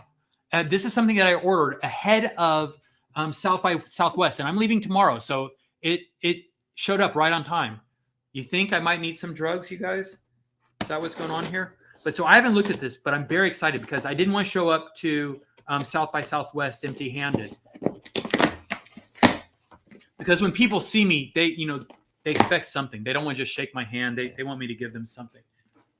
And I'm happy to do it. I want to give people something because I'm not, I'm spreading the message. We're spreading drug receipts here. Man, I hope this worked. Oh, heck yeah. Heck yeah, guys. Okay, so if you see me in Austin, make sure you ask me for some drug receipt stickers. We're going to have them. I'm going to have them. Drug receipts. Who wants drug receipts? Drug receipt stickers. Dude, these are so cool. I'm so excited. This is going to be fun. Hey, but listen, if colors aren't your thing, if you're too cool, if you're too cool, because this is part of the aesthetic as well. I just got it in black. Boom. Who could use that? Oh, yeah, that's going to be cool. But no one. I mean, yeah, logos are cool, but what about the characters? What about the characters, huh? Who's got a character? Oh yeah, rainbow cap. Let's go. Where are you going with your knapsack? You're going on my iPhone. Is where you're going. Let's see if you fit. There's an old one. It's gonna get a new one. Fits. It fits, baby. That's how we designed it. If I could do one other character, because I didn't have time to do them all. If I could do one other character, who should I do here? Should I do Siren? I know I got some Siren fans. Or Rex. What about Rex? No, I know. You guys want Tabby. Y'all want Tabby. Okay. I got a bunch of these. You guys want a Tabby character? Who's gonna be in Austin? Listen, we're gonna get to all the characters eventually. But we're starting with Tabby, Cap. We've got some logos. Yes, very excited. Now I don't have to go empty-handed. Super sick. I wish Brooke was here to see this because I think that was a more successful unboxing. Not because what Matt sent wasn't great, because I just had a hard time opening it. This is cool stuff. This is cool stuff. You guys want me to take Tabby out of one just so we can see what she looks like without the glare? Just because I can't wait. I can't wait. I can't wait. I know, Joel, and I should go grab a drink. Oh my God. Look at this. You know why I think everybody's telling me to get something to eat or drink? I think it's because I think you guys think I'm getting delirious. Is my behavior getting like unpredictable? Look at that. How cute. Tabby with her Tyler Shields ruby slippers and her knife and her Fluff World bandaged bunny ears. I mean, she's got all the little references in there in this one little sticker and just the perfect size to fit onto your phone. Oh my gosh, I can't wait. I can't wait. Who's going to be in Austin? Make sure you find me. I'll have these. And then watch, I'll forget to put them in my suitcase. How will I ever live that down? Oh my gosh. Okay, great. That was cool. That was cool. That was fun. So holy smoke. Dawn, how far are we in? You always get on me about the time. How long have we been going here? Where's my living clock? An hour 20 already? So we're an hour 20 in, and we have not even talked about the biggest news, the biggest snugging news that's going on right now. How do you bury the lead for an hour and 20 minutes? We minted out. This is insane, you people. This is completely nuts. Who are you calling you people? This is insane, drug snugglers. This was an incredible roller coaster ride. And there's a lot of things to talk about here, a lot of things to unpack. So we have built into our community, right? We've not built into our community. We've built into our project some pillars. We talk about them all the time: art and subversion, science and skepticism, art and subversion, science and skepticism. What comes after that? I guess I do need to go get something to eat. Art and subversion. Oh, I guess that is it. There's nothing in between them. It's art and subversion, science and skepticism, and community. Those are our pillars. But community is a big part of it. And we don't just, it's not just marketing spin, right? From the very beginning, we always make sure that everything that we do reflects back on and incorporates our values and our pillars. And so when we started the Discord and we got our first surge of 5,000 members, we moved very quickly to put to put a constraint on it and to slow down the chat, to stop the spamming, and to get rid of the experience points, to stop anything that looked like grinding. We did not want people to be in our Discord grinding. We didn't want to send people out into the wider Discord universe or into their social channels and spam on our behalf. What we wanted was to create genuine, authentic engagements. We wanted to create authentic interactions between people, and we wanted to create a space for it.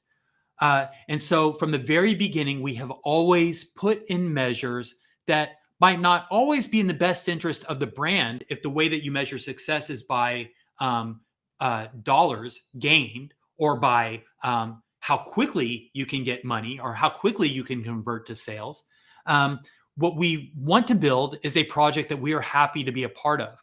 None of us have any interest in building a Discord forum that we have to spend any time in. That's not fun to be in.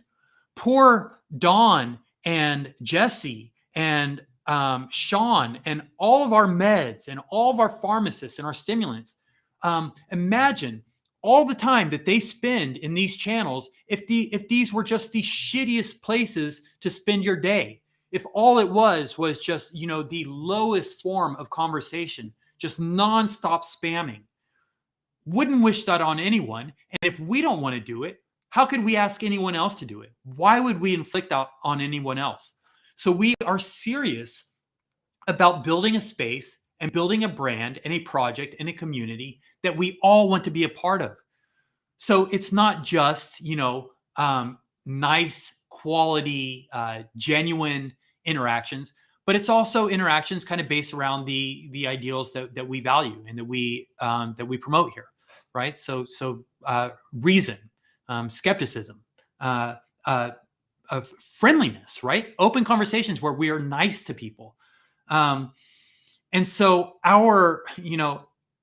talking about our meds and our pharmacists, our stimulants, everybody that all of our senior role members in the drug snugglers community, these guys are all the living embodiment of all those ideals. And the reason that our Discord is so successful and the reason that it works is because people see it in them, right? They set the standard. They are the living faces, the living embodiment of the brand. And so people that come into the community, they take their cue from our community leaders and they see, oh, that's how they behave. And so they fall into line. And it just, it has compounding results and it creates a great space. And it's been a big part of the reason why we've been so successful. There's no doubt about it, because people respond to the vibe of the community and by extension, the brand, or vice versa, right? They are symbiotic.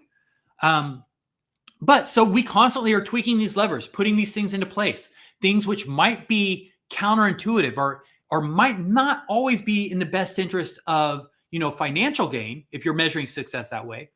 And so we did a similar thing. We were faced with the decision of how to handle our mint. Because what's standard is once you get to public mint, you let people mint more than one at a time. It saves on gas fees. It makes it easier. It's less clicking. It's less waiting for MetaMask to do its behind the scenes work. If you can mint up to 2 or 3 or 5 at a time, it just makes it that much easier to get your NFTs. And why would we ever put any restriction on how many NFTs people can buy at a time? We want to sell out and we want it quick, right? But the thinking, and this was fairly radical. I don't know of any other communities that have done this. It's certainly not common practice yet. But we had the idea of limiting it to one mint per transaction, or one transaction per mint. And the idea was we wanted to have the broadest community possible. This gives us an opportunity to let as many people in as possible.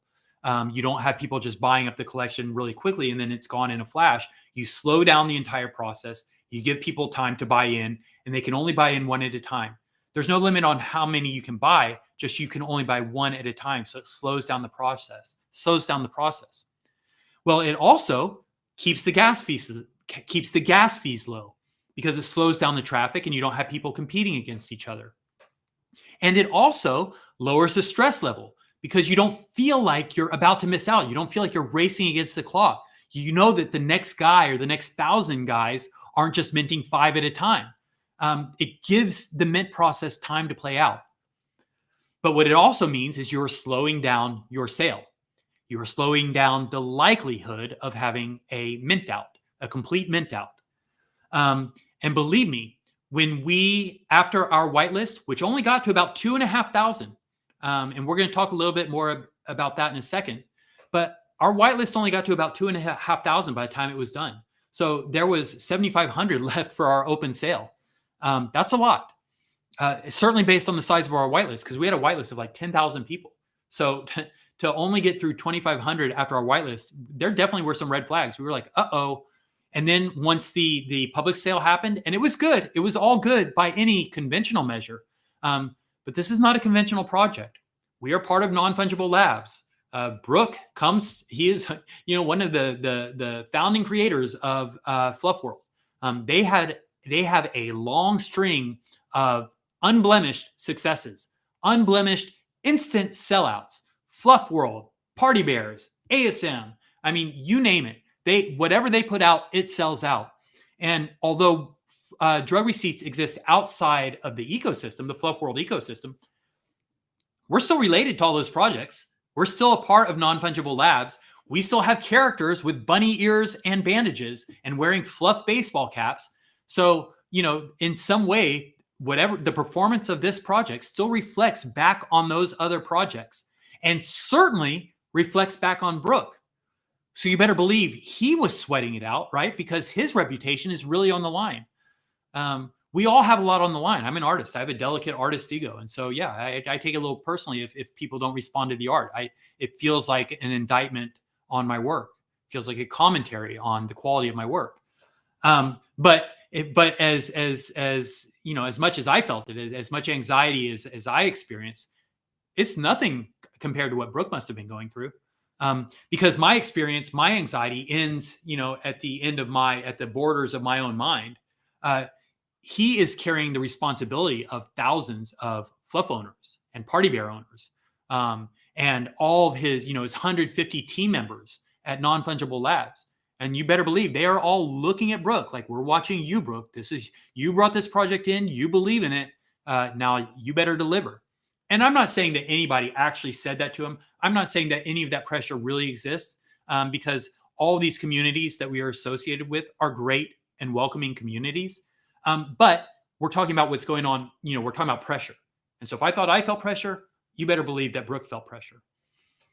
And Tyler, he was sipping martinis on a beach somewhere. He's good. His legacy can't be tarnished. He's good. He is the Andy Warhol of our time. So whatever happens here for Tyler is great. But I mean, I'm kidding a little bit, right? But Tyler, I think is rooting for us. He wants the project to do well. We all believe in it, but Brooke is definitely the one who is sweating it out. But so, once we get to public sale, things are going kind of slow. Yeah, kind of slow. It's not a rocket ship. It's not a 20-minute sellout. It's not a 20-second sellout like the boroughs. And now we're thinking, oh, geez, what idiots. Why did we limit it to one transaction per mint? We've made it impossible for people to buy. Of course they're not moving. And now we look like, as we are like crawling, through this minting process, it looks like we're not going to sell out. And it's partly our own doing. Like we put all these restrictions on the process, and, we have sunk ourselves.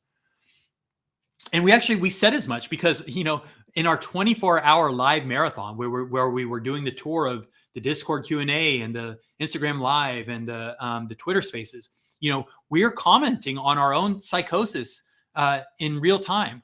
And so we were like, yeah, guys, maybe we made a mistake. Maybe we shouldn't have put, maybe we shouldn't have put a cap on it.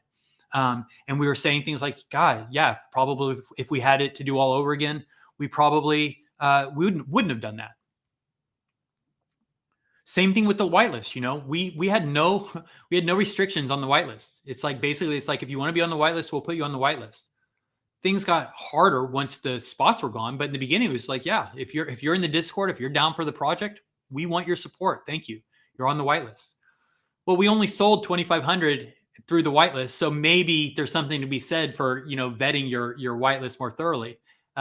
We probably had a lot of kind of like hollow whitelist spots there. A lot of people that never converted. And the funny thing about it is because we gave away so many spots early, before the project was well established, before you give people time to understand the project, a lot of those early whitelist spots probably were kind of hollow. And then by the end, when you've got the people that are really invested in the project and they understand it, and the project has some momentum, and you've got people that really want to actually buy into the project, well, they were restricted. We didn't have white spots available for them. So we probably front loaded the whitelist with a bunch of people that weren't that interested, and precluded the ability of a lot of people who were interested from getting in. So those first 5,000 whitelist spots, yeah, probably not a whole lot of substance there in the end. So if you're asking how would we do it different, I wouldn't ask people to grind. I don't think you need to do anything differently, but you might be a little more protective of the spots initially. Instead of giving them out right away, we probably would have done better to partition them out, hang on to some, so that as the project grows and it gets more established, then you have spots available for the people that are there, and you can just award them as, sort of drip them out over time. But here's the thing. In the end, we sold out. There was something magical, right, about Jessie's subversion of subversion, where she turned it into art and perversion. But that little 69 rally, whatever magic it was that you guys were doing there in the Drug Receipts Discord. But, at the time that those conversations were going on, I mean, we couldn't have been at much more than 5,000, right? I mean, even then I thought, gosh, the chances of getting to 69, I mean, what are they before we get to, before 24 hours is over, or maybe even before we get to South by Southwest. And our goal here, we really wanted to be minted out. We wanted to be revealed before South by Southwest. We're sponsors at South by Southwest. We didn't want to be there as like a half-formed, half-baked company. And we also, if I'm being honest, didn't want to be there with all of our other, partners and cousins in the non-fungible labs community, looking like we were a disappointment, like we hadn't performed up to expectation. And again, all those things may not have been true. And I believe that this project has, That is sort of a separate thought I'm going to get to in just a second. So we'll table that for right now. But so, it was not certain, it was not clear that we were going to make it to 69.69. But we kept plugging along, we kept trucking along. And through some of these Twitter spaces and through some of the Instagram lives and the Discords, and just through the constant commentary and talking about the values of the brand. Because drug receipts is not an easy thing to get, right? You don't just pop in and get it. It takes a little bit of time to understand it. You have to open your mind to it. It goes a little deeper. We are offering mind-altering substance. But so once this messaging started getting out there, and then people go into their other channels and they're kind of plugging it and saying, they start getting a little bullish on drug receipts.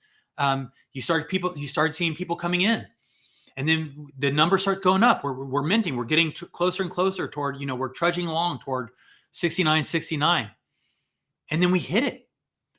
So miraculously, somehow we made it to 69.69.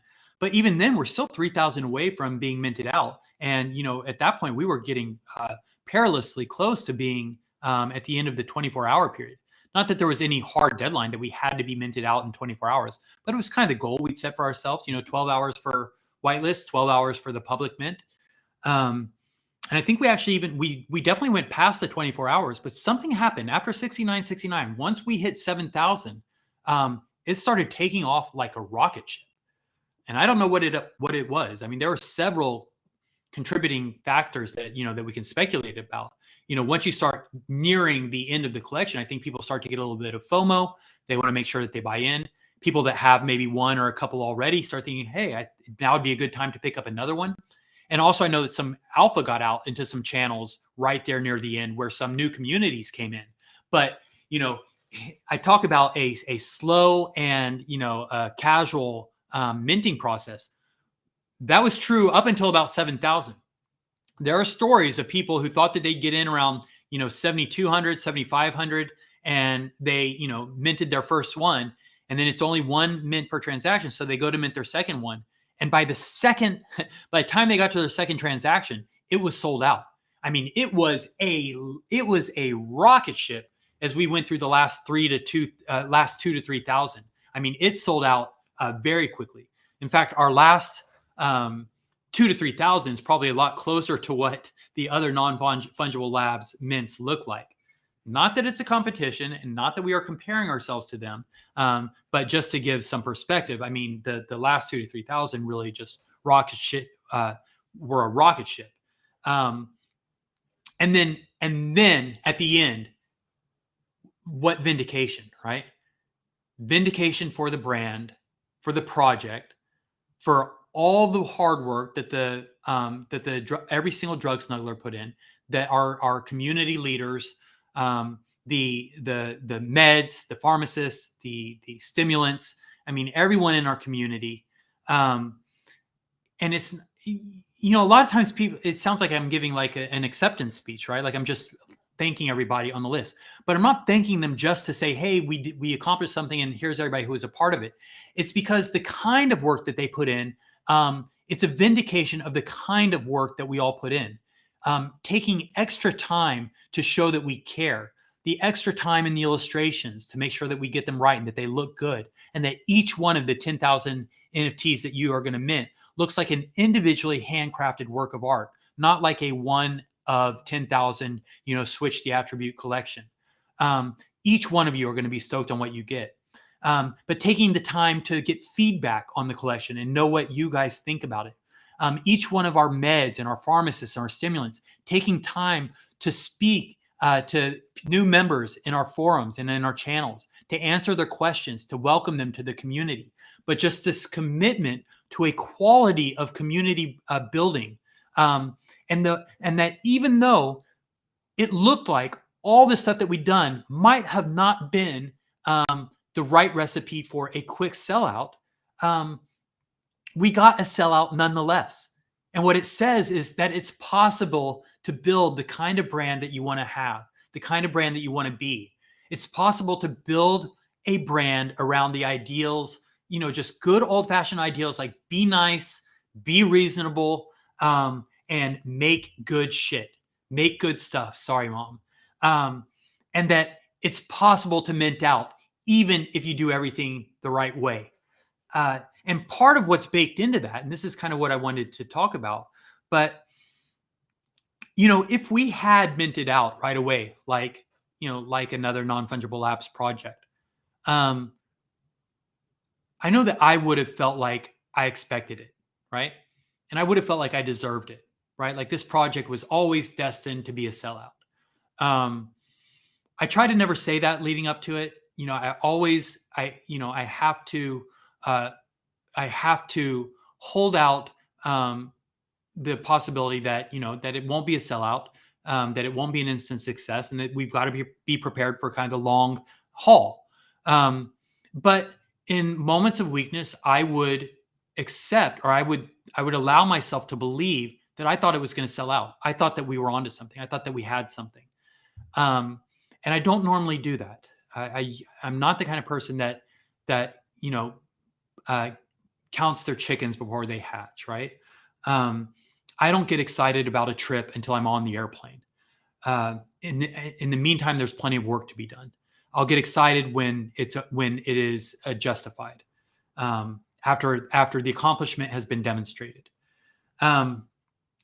But so if I'm being honest, if we would have minted out quickly, I would have thought that we deserved it. I would have totally expected it, and I would have never had a moment to self-evaluate, and I would have never had a moment to be self-critical and for introspection, and to go through the long and grueling psychological process that was our mint, where when I went to bed, when most of us went to bed after staying up till 6 a.m., on all these Discords and all these chats, and when we were stalled out at around, not stalled out, but plugging along around maybe 5,500, I went to bed, and this took a lot of mental resolve and kind of like just work. But I reevaluated, or I had to evaluate how do I define success, right?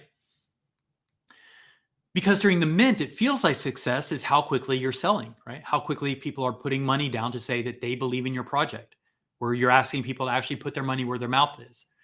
And so you sort of get caught up in that. It's like, oh yeah, that is the measure of success. This metric is playing out in real time. And I can see right now in real time how successful we are or how successful we aren't. And according to that metric, it wasn't flying off the shelves. We were not that successful according to that metric.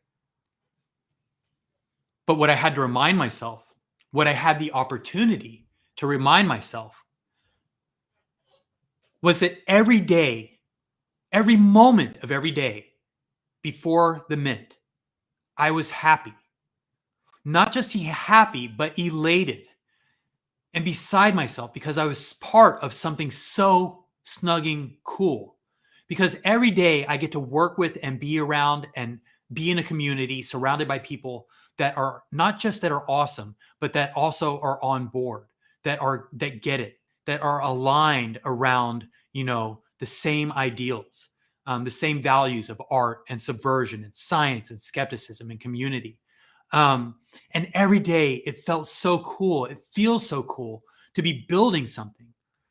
And every day I never needed any justification or any other metric of success to tell me that what we were doing was right, to tell me that we were onto something, to tell me that we were successful. It was self-evident. You could see it in the interactions every day, in our Discord, in our Q&As. I tell you guys every week, I get so energized by the Q&As and by the interaction and the feedback, but you could feel it. The measure of success was there all along, and I knew it, and I was invigorated by it every day. But now all of a sudden, here comes this mint where I'm looking at a live metric, a number on my screen, and I lost sight of everything else. I thought that was success.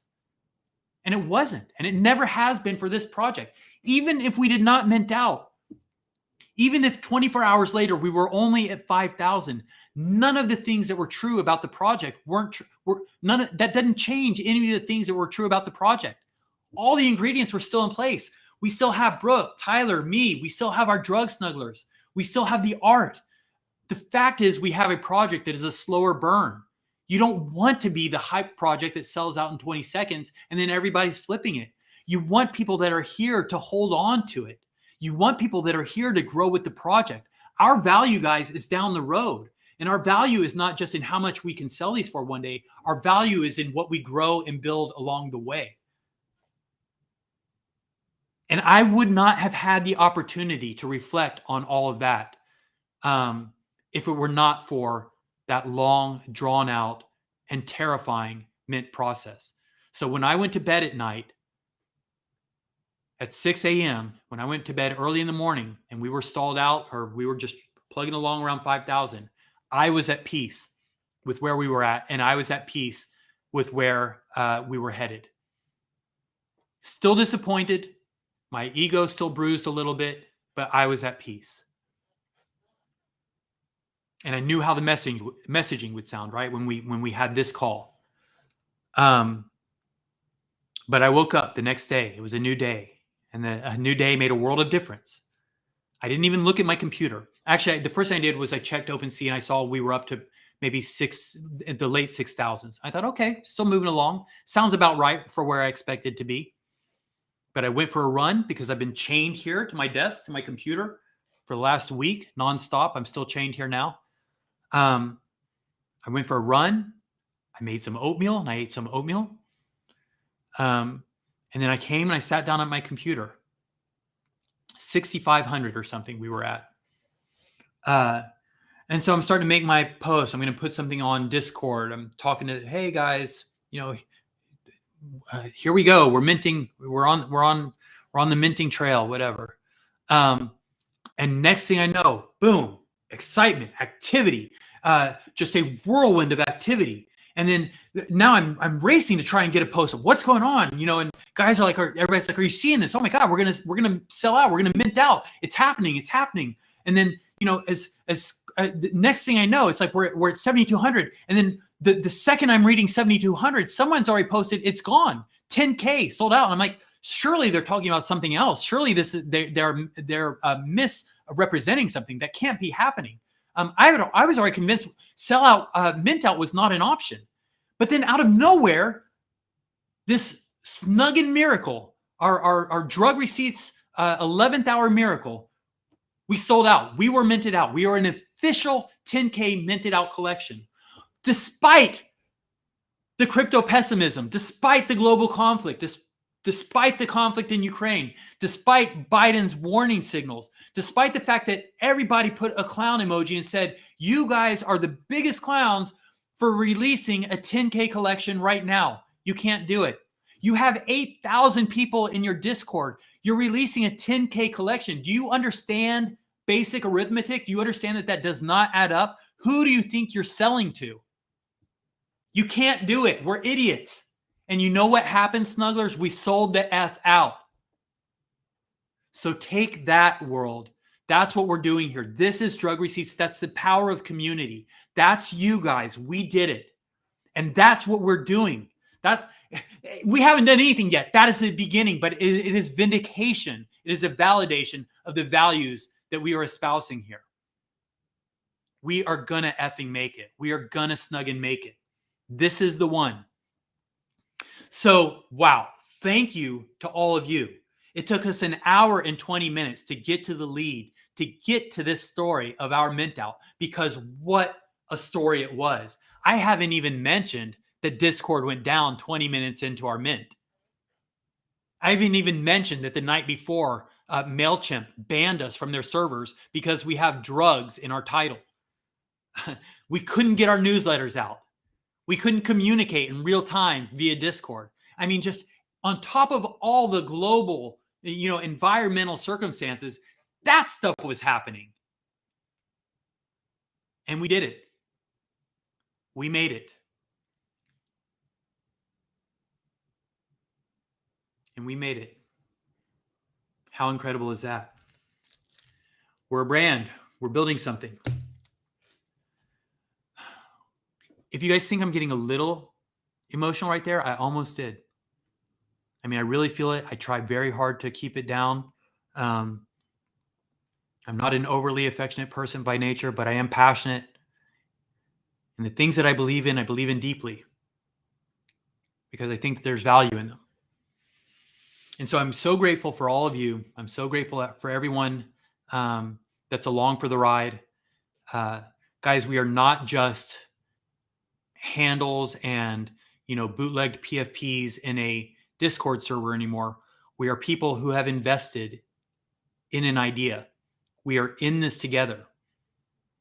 And even if you haven't been able to pick up a drug receipt yet, even if you never get one, if you're a part of the community, if you're a drug smuggler, if you are out there helping us spread, our community ideals, if you're actively and positively and thoughtfully engaging with us, then we're all in this together.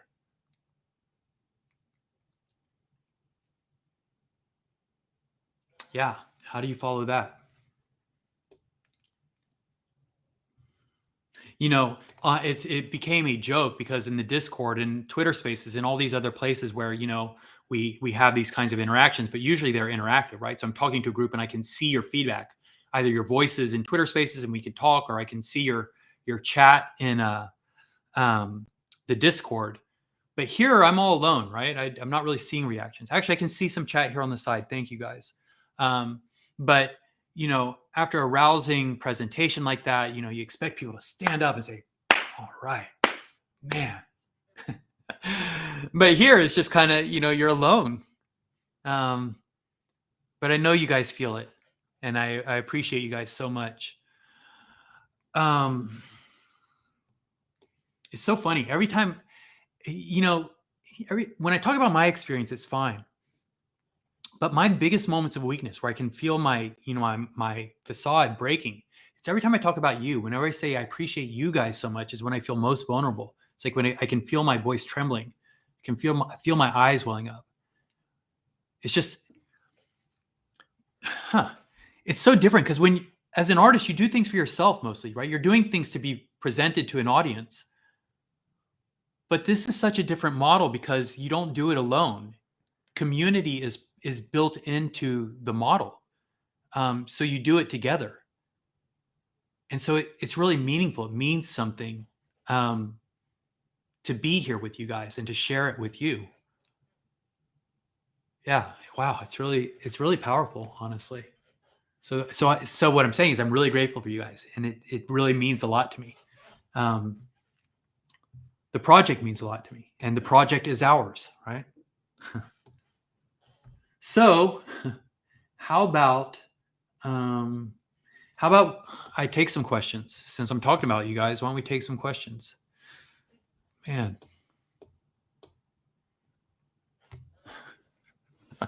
Am I emotional? What the hell?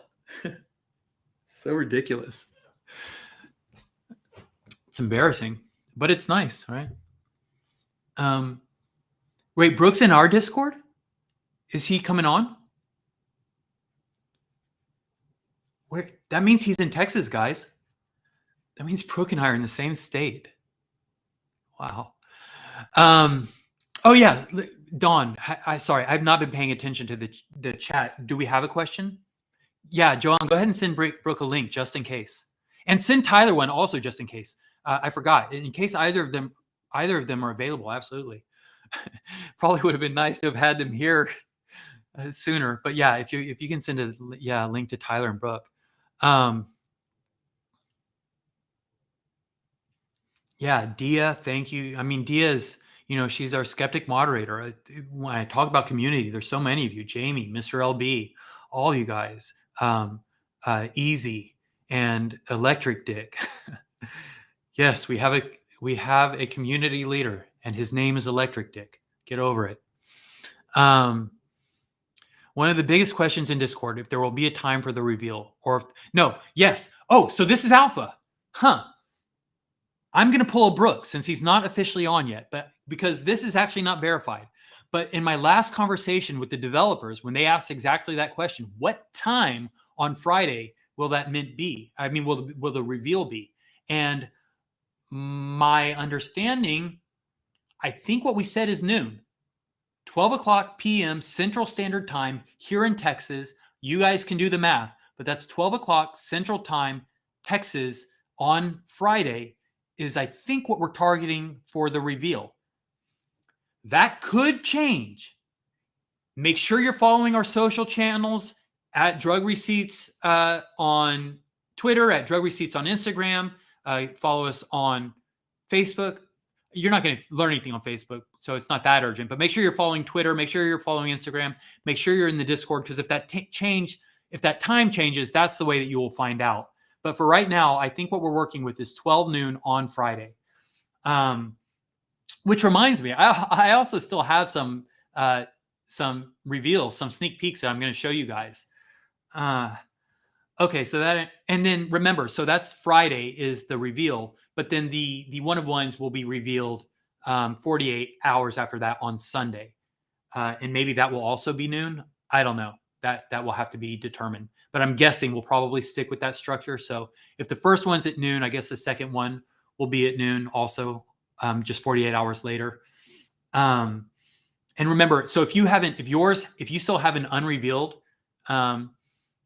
after the general reveal on Friday, then chances are pretty good, you've probably got a one of one.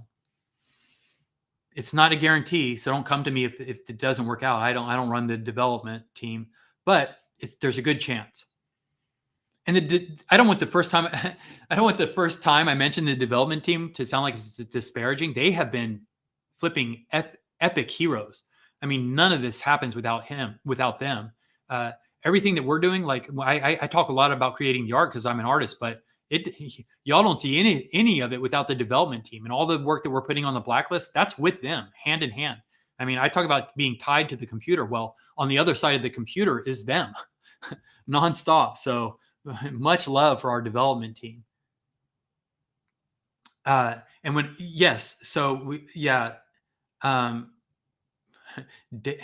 can't even say, some of these names you see all the time and you assume you know what they are until you actually have to say them. So I see DEDHAT, Day to Hat, all the time from the Fluff community and in ours, from the heralded and much revered Dune crew from the Fluffle. But they're asking if we have a dev team. We have non-fungible labs and they have a dev team, so we work with them. But yeah, you better believe it that they've been getting us through this. Without them, what do we have? We wouldn't be. I mean, we wouldn't. It certainly would not have gone as smooth as it goes. What else? What else you got? What other question? DDAT. That's how you say it. Thanks, guys. DDAT. That makes sense. DDAT. I like that.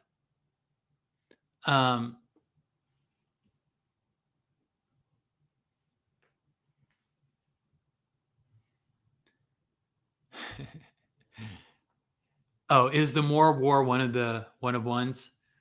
I'm going to show you guys some one of one sneak peeks. One of them will not be More War, so no comment. No comment.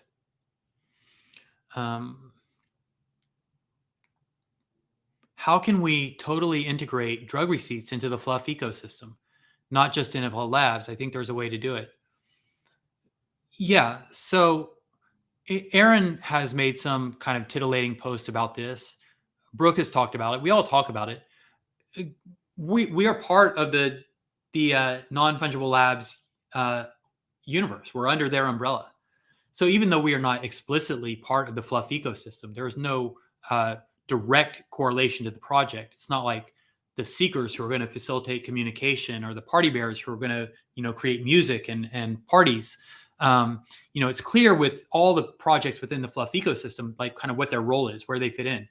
Drug Receipts is outside of that. It is a different brand. It's being built kind of as its own separate entity. But because of our relationship to all those other projects and because of our proximity, because we are close, not just in the creative sphere, but literally because we all work together, you better believe there's a lot of mind melding that's going on, and there'll be a lot of cross-pollination between the brands. you can already see some overtures between the brands, but that will happen more and more. And there's a lot of really interesting ideas about what kind of utility there will be for drug receipts in the fluff ecosystem. But we're very careful, and I'm very careful about misleading anyone. I don't want anyone to get into drug receipts thinking that it is, that it is part of the fluff ecosystem, or thinking that they're getting in on some kind of fluff utility, because that's not what we're offering here. Anyone interested in getting in on and participating in or being a part of the drug receipts project and the drug receipts community should be doing it because of drug receipts. It is its own thing. It's self-sustaining. Those of you that have, a foot in both worlds, if you are a part of the Fluffle, and if you also become a drug snuggler, there's going to be lots of exciting crossovers, lots of really cool things that you'll love, from both angles. I just don't want to oversell them, and I don't want to make it seem like that is the utility of drug receipts, because it's not. We have our own roadmap and our own utility.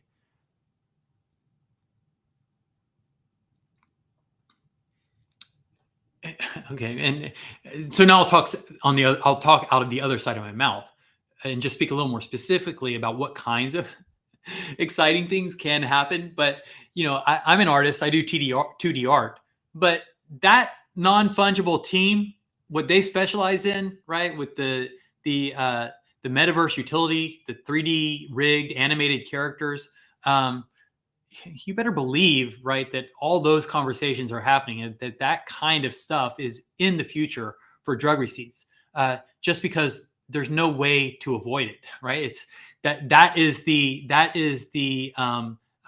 ship that we've jumped on. That is the one that we've what is that expression? That's one we've hitched our wagon to, something like that. I have no idea what the expression is, but you get the idea. We are on board with non-fungible labs. So there are a lot of benefits and exciting things that will come with that. That is the hitch you hook. I'm not sure if that's it, but nice try. Hey, Brooke is here somewhere. I see him in the chat. Huh. What are the chances he might not be able to make it on for video? So cool, man. And so one day Brooke and I are going to pay this off. I don't want to really spoil it here on my own. The whole coming full circle, the story that begins with me getting my best friend kicked out of the country, banned from the country.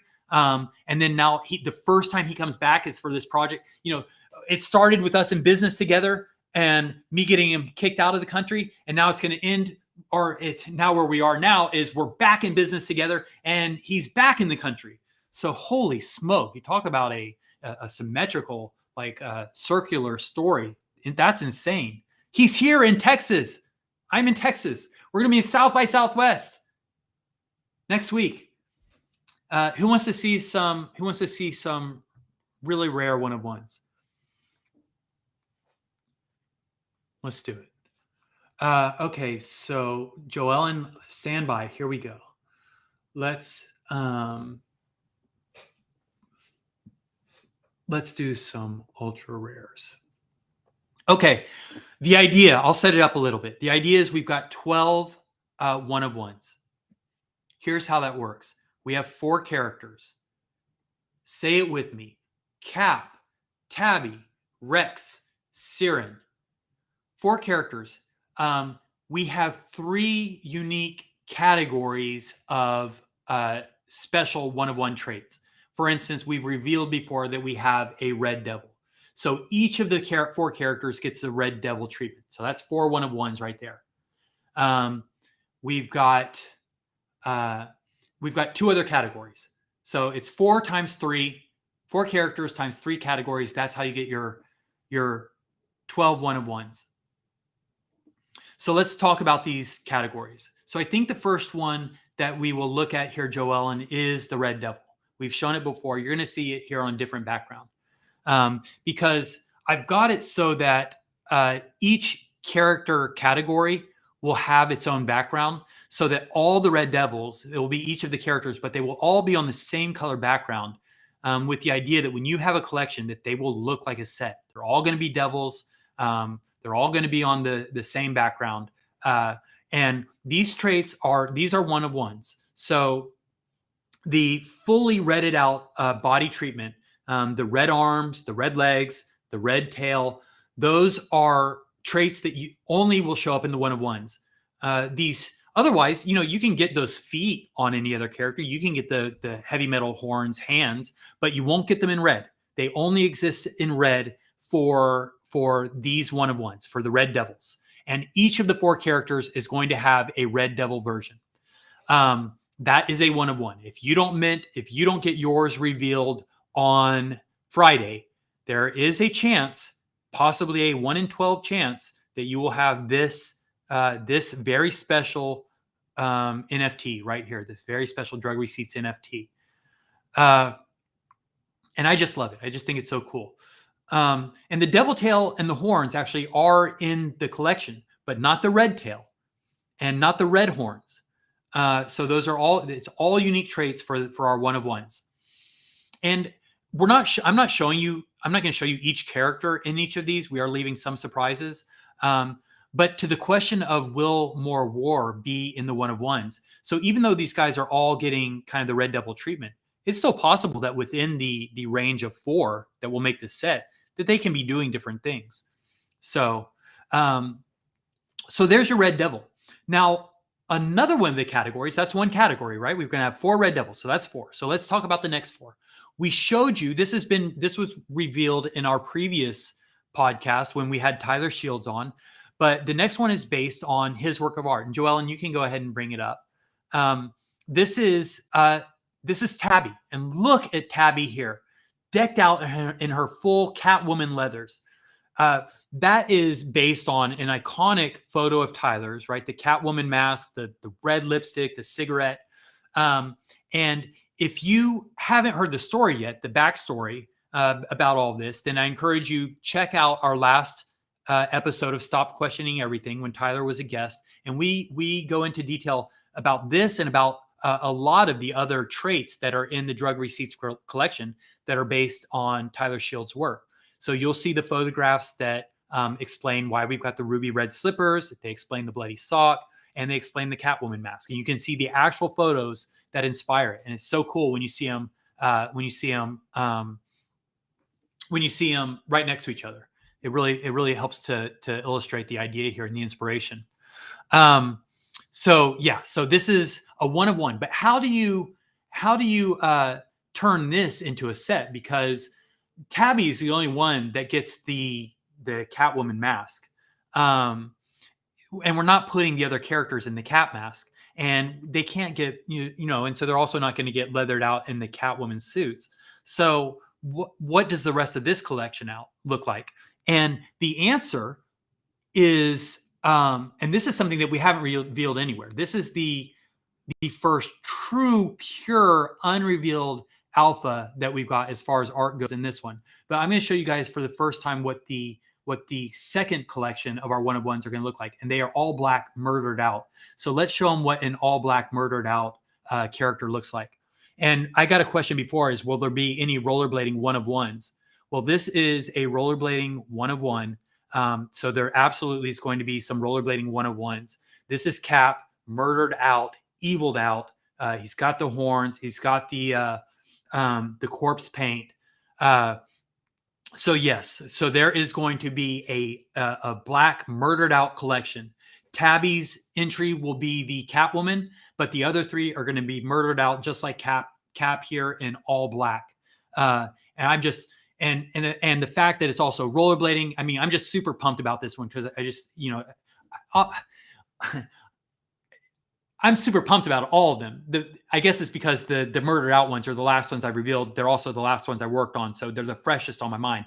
I've had time to see the Red Devils and to see the ones that I'm going to show you next for a while, but the murdered out were the last ones to kind of come to life and to actually see them now. In my mind, I've been visualizing them for a long time, but I've only just finally recently got around to actually building them out, and so I'm super stoked with how they came out. Yeah, I love it. And I can't wait for you guys to see all the murdered out characters. I can't wait for you to see all the one of ones. I mean, this is just so much fun. And yeah, I guess I don't always have to qualify this, but our collection is designed so that every single one of the 10,000 feels like a one of one. They all look handcrafted. We've taken a lot of care in how we've curated the colors and the way the traits work together. Uh, I can tell you that the dev team, we have them pulling their hair out because we have so many revisions every time they do, every time they run a test, and we're running thousands at a time. And then we have to go back and start over because we catch something that's just not working. But it's going to be worth it in the end. You guys are going to be super excited about all of your NFTs. You don't have to get a one of one to be stoked. You're all going to be stoked. And just from testing, like, I looked through thousands of them. If you could see my screen, I have OCD. I have pride in always having a clear desktop. My desktop is covered in screenshots because every time I see one that I love, I screenshot it, and I love them all. They're so snug and cool. Who wants to see the last set? So I tease this. Don't bring it up, Joanne. Don't bring it up yet, because I'm going to tease a little bit more. But we have been sitting on this for a while. From the very moment we knew that there were going to be one of ones, which has been since the very beginning, I started crafting the one of one. I kind of knew what it was going to be, right? You have to have a roof. Your audience has to know what the roof is for the collection. I like subverting things. So, if everyone expects you to have a gold crown, I want to make a wooden crown. So we have wooden crowns in the collection. But you also have to be careful with rarity and with value. And you can't subvert expectations too much, because people want to know what is valuable, and it should be self-evident. So we do also have gold crowns. But my way around it is I got to have the wooden crowns. I got to have the gold crowns, and the gold crowns are more rare than the wooden crowns. That stands to reason. Even though in my, topsy-turvy counter, against the grain mind, I would love for the wooden crowns to be more rare, but they're not. The gold crowns are more rare. But I still always am looking for a way. How can I subvert it? So more rare than the gold crowns is the cracked gold crowns. So that's how I solved it, right? So I still get to have a little bit of misfortune, a little bit of cross current, something going against the grain, some way to subverge conventional notions of hierarchy and value. So our cracked crown is the rarest of all of the crowns. But in the interest of preserving some semblance of value, just like, even though cryptocurrency is here to upset the conventional order, we are replacing the conventional store of value. No longer will our finances be tied to the value of gold. We are going to instead tie them to the value of Bitcoin and mined code. Well, despite all of our best efforts, humans will still always be drawn to things that glitter. And although all that glitters is not gold, let's show them what our next trait is. Our one of one collection, our next series, is our gold characters, our gold collection, our archangels. So they are all gold. They have wings.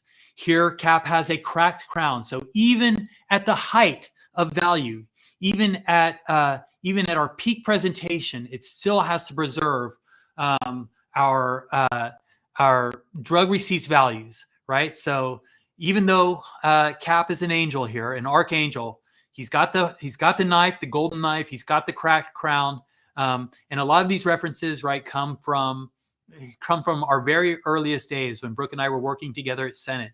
We had the Sinner graphic. I had the angel that held the knife, the angel that let go of the shepherd's staff in favor of a knife. The broken halo has made it into this collection. But so there will be 4 of these. Each of our characters are going to get the archangel treatment. They might not all necessarily have cracked crowns. I'm just warning you. They might not necessarily all have knives, but they will all have wings, and they will all be gold. So there you go. So that represents 12 one of ones. You've got the Red Devils, you've got the Murdered Out collection, and Tabby in her Catwoman leathered out suit, and you've got the Archangels. So 4 of each of those, that equals 12. And now you guys have a much better idea, much clearer idea of what our one of ones are going to look like.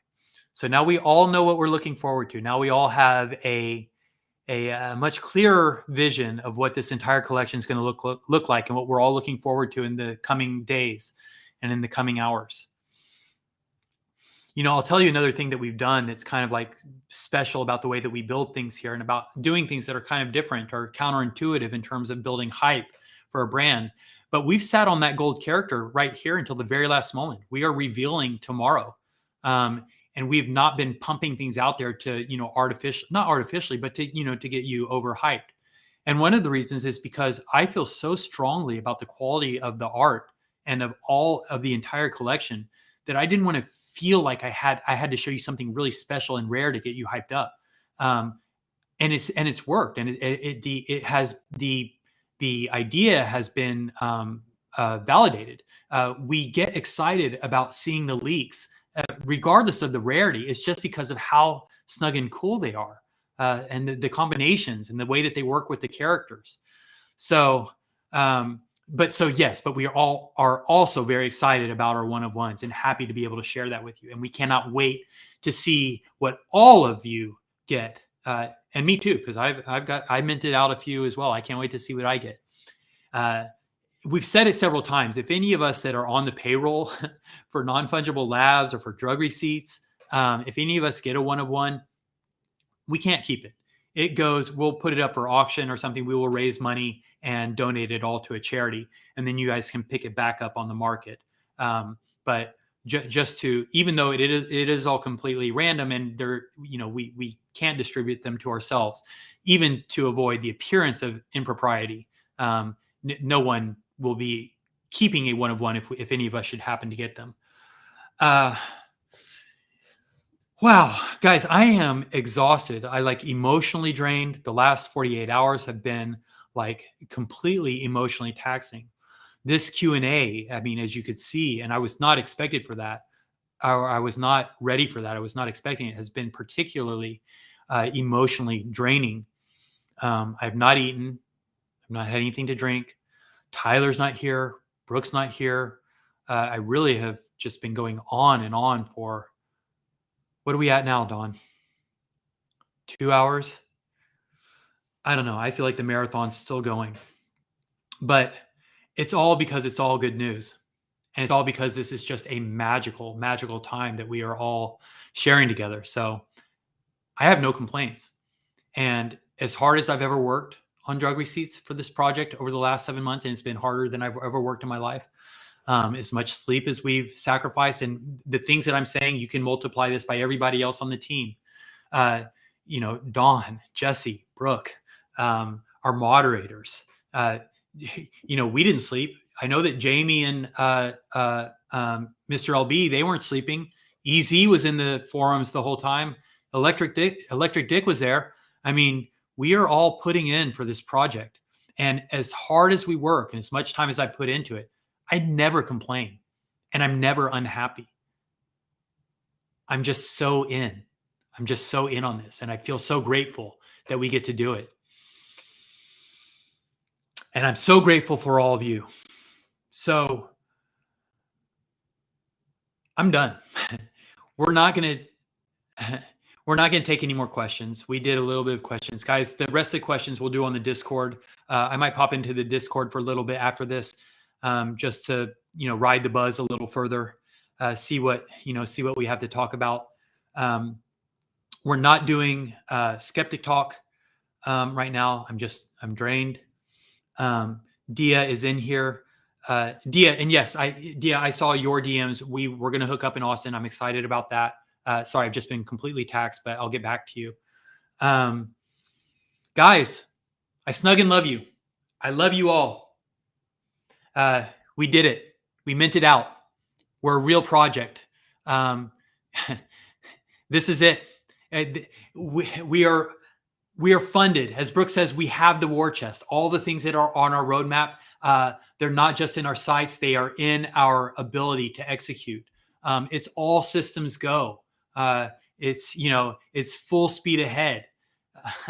All the things that we've dreamed of, it's here. We have the most amazing team behind us. We've put together this super team of Brooke, Tyler, and myself, but we've also got non-fungible labs. It's all there. The pins are all lined up. We're going to knock them down. Guys, if you're going to Austin, I'll see you in Austin. If you're not, I'll look for you virtually, online. I love you all. I'll snug you later. Goodbye, drug snugglers. Thank you. See you in the Discord. Bye-bye.